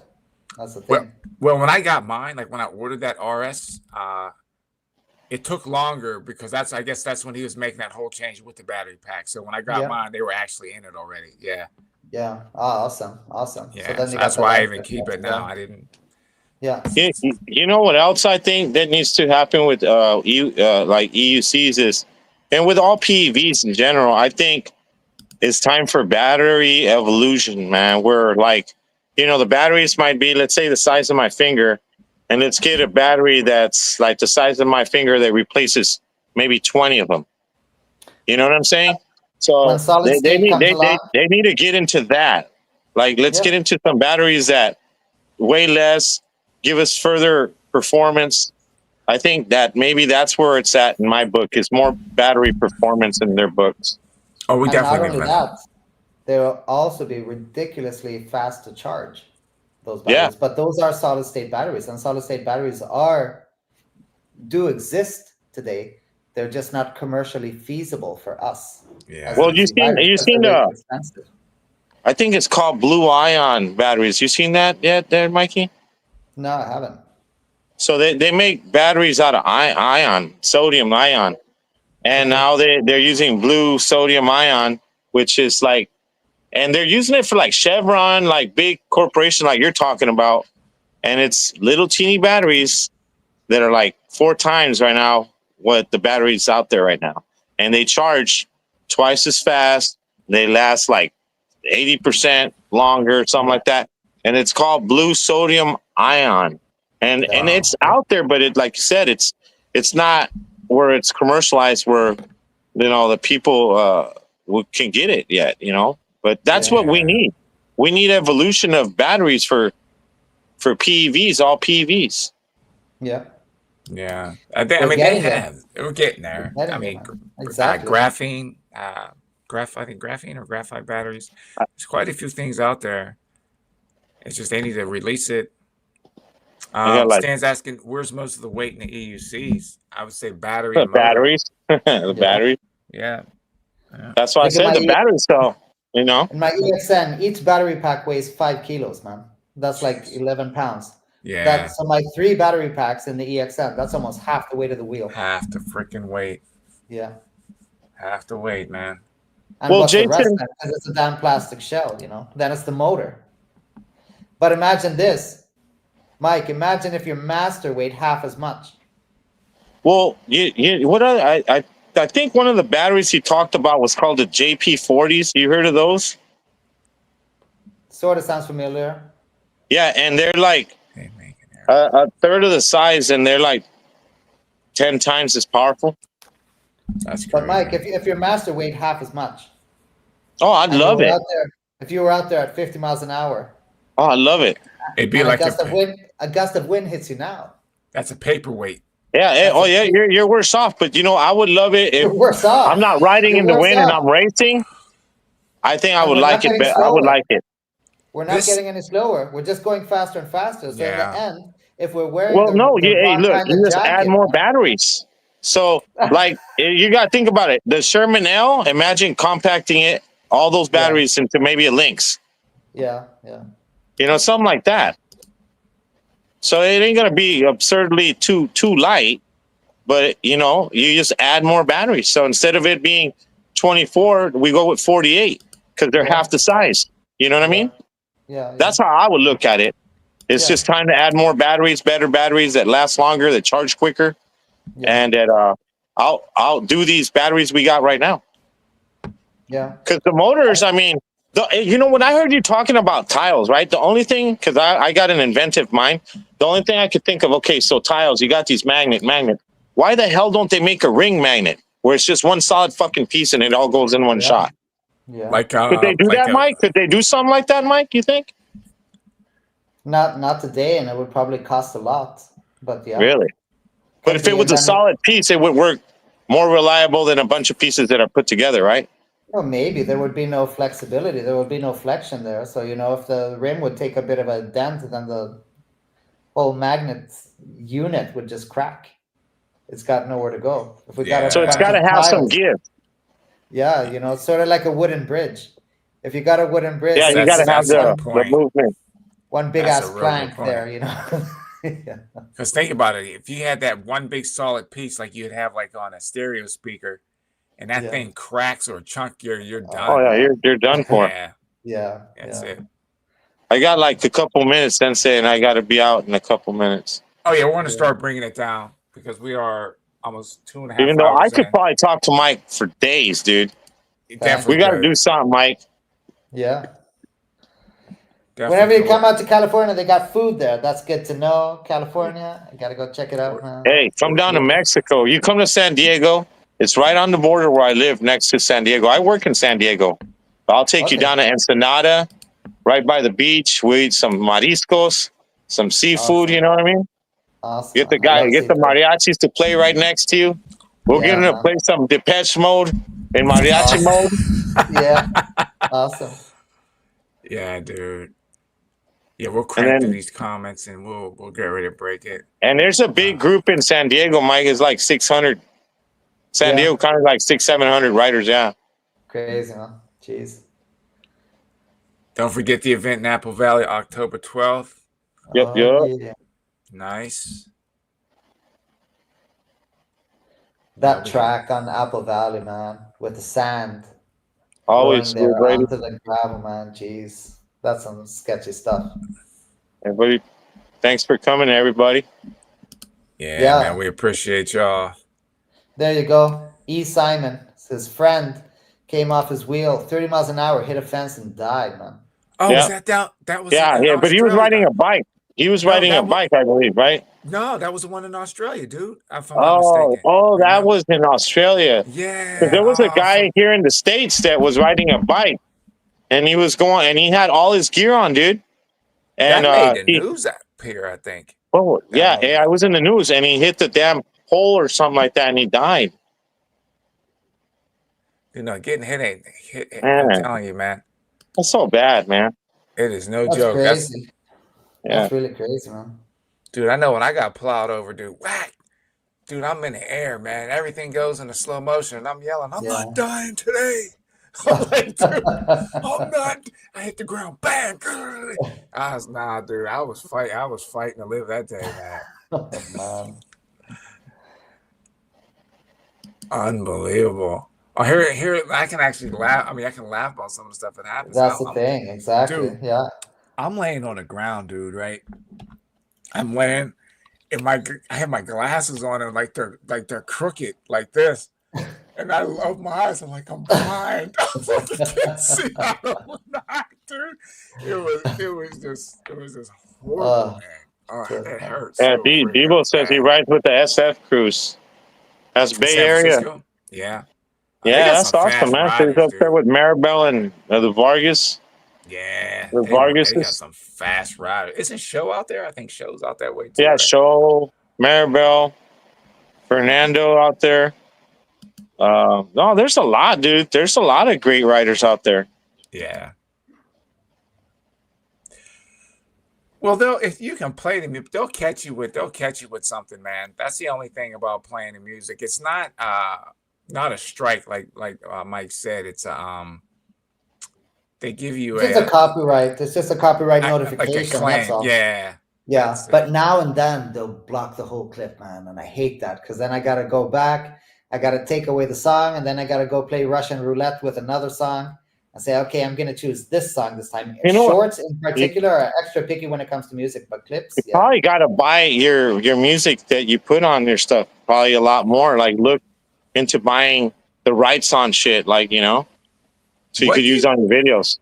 Well, what you can do with shorts, what I do is if you upload a short directly off your phone on a YouTube, you can actually pick like that music. I picked that today. You can pick. Yeah, just but it's type the in length. the art. Yeah, it has to be like it's a usually minute. the length. Some are less. If it's the short 1 minute, then usually you're allowed to use whatever music you want. But if it's longer than a minute, then it's usually not okay. But your clip was 1 minute and 40 seconds long. Mm-hmm. Right? But somehow it slid on through because that song was allowed.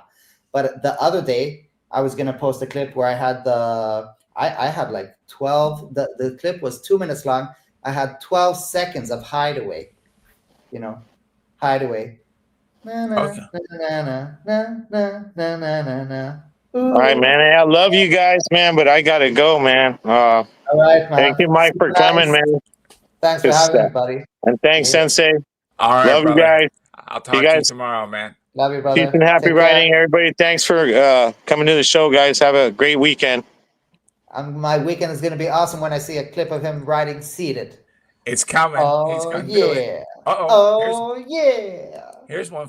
Simon said here. We're almost done. Yeah, I'll make it. I smoke Winston. I used to smoke Red Marlboro, but I smoke Winston now because they're 10 cents cheaper. We'll see about the membership. I don't know, dude. I got to figure out what I'm going to do, Simon. I have to figure out what I'm going to do because I'll figure out something soon. You smoke. Dude, I didn't know they still make Winstons, dude. They still make those. Yeah, man. Didn't know that. Winston's 100s, the long ones. Because I ride, so when I ride, the cigarette just goes like, so I got the 100. That's hilarious. There we go. Respect them beeps, man. Cowboy killers. Marlboro Reds. Yeah, I used to smoke Marlboro Reds, but Marlboro Reds cost $1 more than Red Winston. So now I smoke Red Winston. That's it, because it's $1 difference. It's either $7 or $8. So $7 for a pack of Winston, $8 for a pack of Marlboro. Oh, that's crazy. I remember before, man. Back in the day, they used to buy cigarettes right in the vending. Remember the vending machines? Man. Yeah. That's crazy. I bought them in vending machines in Spain for like $1.50. Now in New York, you guys are looking like $15 or $16 for a pack of cigarettes. It's crazy, dude. It's insane, man. Yeah. It's but they do that so people don't smoke, You look covered in Vaseline. Yeah. Exactly, crazy, man. Get that 60 mph experience. Oh yeah. Oh, sliding into the finish line. That is freaking hilarious. Race wheel sounds. Yeah, those winds are no joke, dude. I remember I was just riding, even where I ride. Yeah. Nice summer day. I go down between these two houses, and the wind comes down between the two houses, rushes down the driveway, and pushes me out in the middle of the freaking road. Yeah, exactly, man. When it makes you slow wander out against your will, and say, you thought you were going here? Well, guess what? That's scary, dude. You're going here now. Like, that's scary, bro. Yeah. I've been there, especially with a selfie stick, too. Oh, yeah, that can catch some wind, man. If you just, like, flap it out a little to the side, It's like a Jesus. rudder on a plane, man. It is, man. It is. It's crazy. We should learn to master it and use it as a turning assist. I Yeah, do that when I ride in the winter because I have mittens on. So when I have my mittens, then I do this with my hand to catch air to assist me in the turn. that's smart, So dude. I That's pivot. smart. Yeah. I do that to slow down depending on what I'm wearing. Like I'll Yeah. open up like this and it'll hit. Exactly. Yeah. Exactly. Yeah. I have a clip where I show that at the end where I open up my body to brake and then I get the anteater and I say, "Fuck you, I'm an anteater." Oh Lord. Told you, man, this is pure entertainment. Yeah. Yeah, Brady, that would be a good one. The Commander Max. Yeah. I know Dean has one. PEV, Point of View has one on the way. He sold his Sherman L. Yeah, exactly. He sold it, yeah. Speaking of Sherman L, Ronan made the best song ever, man. That Sherman L song. He did. Yes, he did. It's a good one. Sherman L. That was a good one. He puts out some good videos, man. Captain Center, what's happening, brother? I didn't even see you come in there. Hello, everyone. Oh, what's up, bro? Ultra Supreme, what's going on? He said Brian Dillard said he would have been able to get a faster speed standing, but somebody said he would have went faster seated. He said he can push the wheel more standing. Oh, for sure. He can push the wheel more standing, but that's a skill issue. Yeah. So my friend Ronnie, when he does fast riding, he will do it seated. So when he's going to blast, I'll do it standing because I prefer that. I feel more in control, but he will always do it seated because he feels more in control. And there we go. Here we got the flip. Seated seems more natural than standing. It's a preference and a skill thing. There are people that have only learned to ride seated and they've never stood on an EUC. Yeah. You know, you got some mean seated rides. I know for me, it just never felt comfortable because my knees were always jammed up in me like a freaking kangaroo. Yeah, I know. I don't know if I shouted y'all. What's happening, Ricardo? Welcome. Ricardo will be on next week's show. Cool. So funny story. My friend Simon, he's one of the fastest riders in our group. He doesn't know how to ride seated. So it seems like the perfect fella that I can make a tutorial with. You should. Yeah. Dad, dude, do that. Your tutorial. So Ricardo, the tickets they went, I didn't know they were even up yet. Oh, you're talking about the flight tickets. Okay. Okay. Yeah. I'm gonna have to check that out too. I gotta get the flight, but I might have a connection with the flight. Yes, if y'all could hit the like button for us, that'd be amazing. Oh yeah. Well, I gotta go as well, man. Wrap it up. It's 6:30 in the morning over here. Oh shoot, yeah, dude. I Time for me to get up and milk the cows and. All right, guys. Time for me to go for a morning ride. Yeah, I'm gonna go. I'm gonna sleep for a few hours. I'm gonna do that myself. And yeah, we pretty much made it down to the bottom. Hey, I want to thank everybody for joining us, Mikey. Rockstar status, brother. Appreciate you for thank you, brother. coming Thanks on for the having show. me. Oh, it's a pleasure, man. And everybody, again, thank you so much for joining us this Friday night, morning, evening, day, whatever time it is in your neck of the woods. But remember, you get on your wheel, you ride it like you hate it. You be safe out there. You be ride it like you hate it. I'm Sensei, your Mike. Is there any food? Oh yeah. Yes, sir. All right, guys. Super nice that you all could join, man. Really nice to see a lot of names that I recognized. And thank you so much, Sensei, for having me. Oh, it's a pleasure, brother. This was a blast, man. Super nice to get to know you better as well. Thank you, sir. Following you for a few years, so appreciate you, man. Super cool. All right. Have a good night, everybody. Yeah. Peace.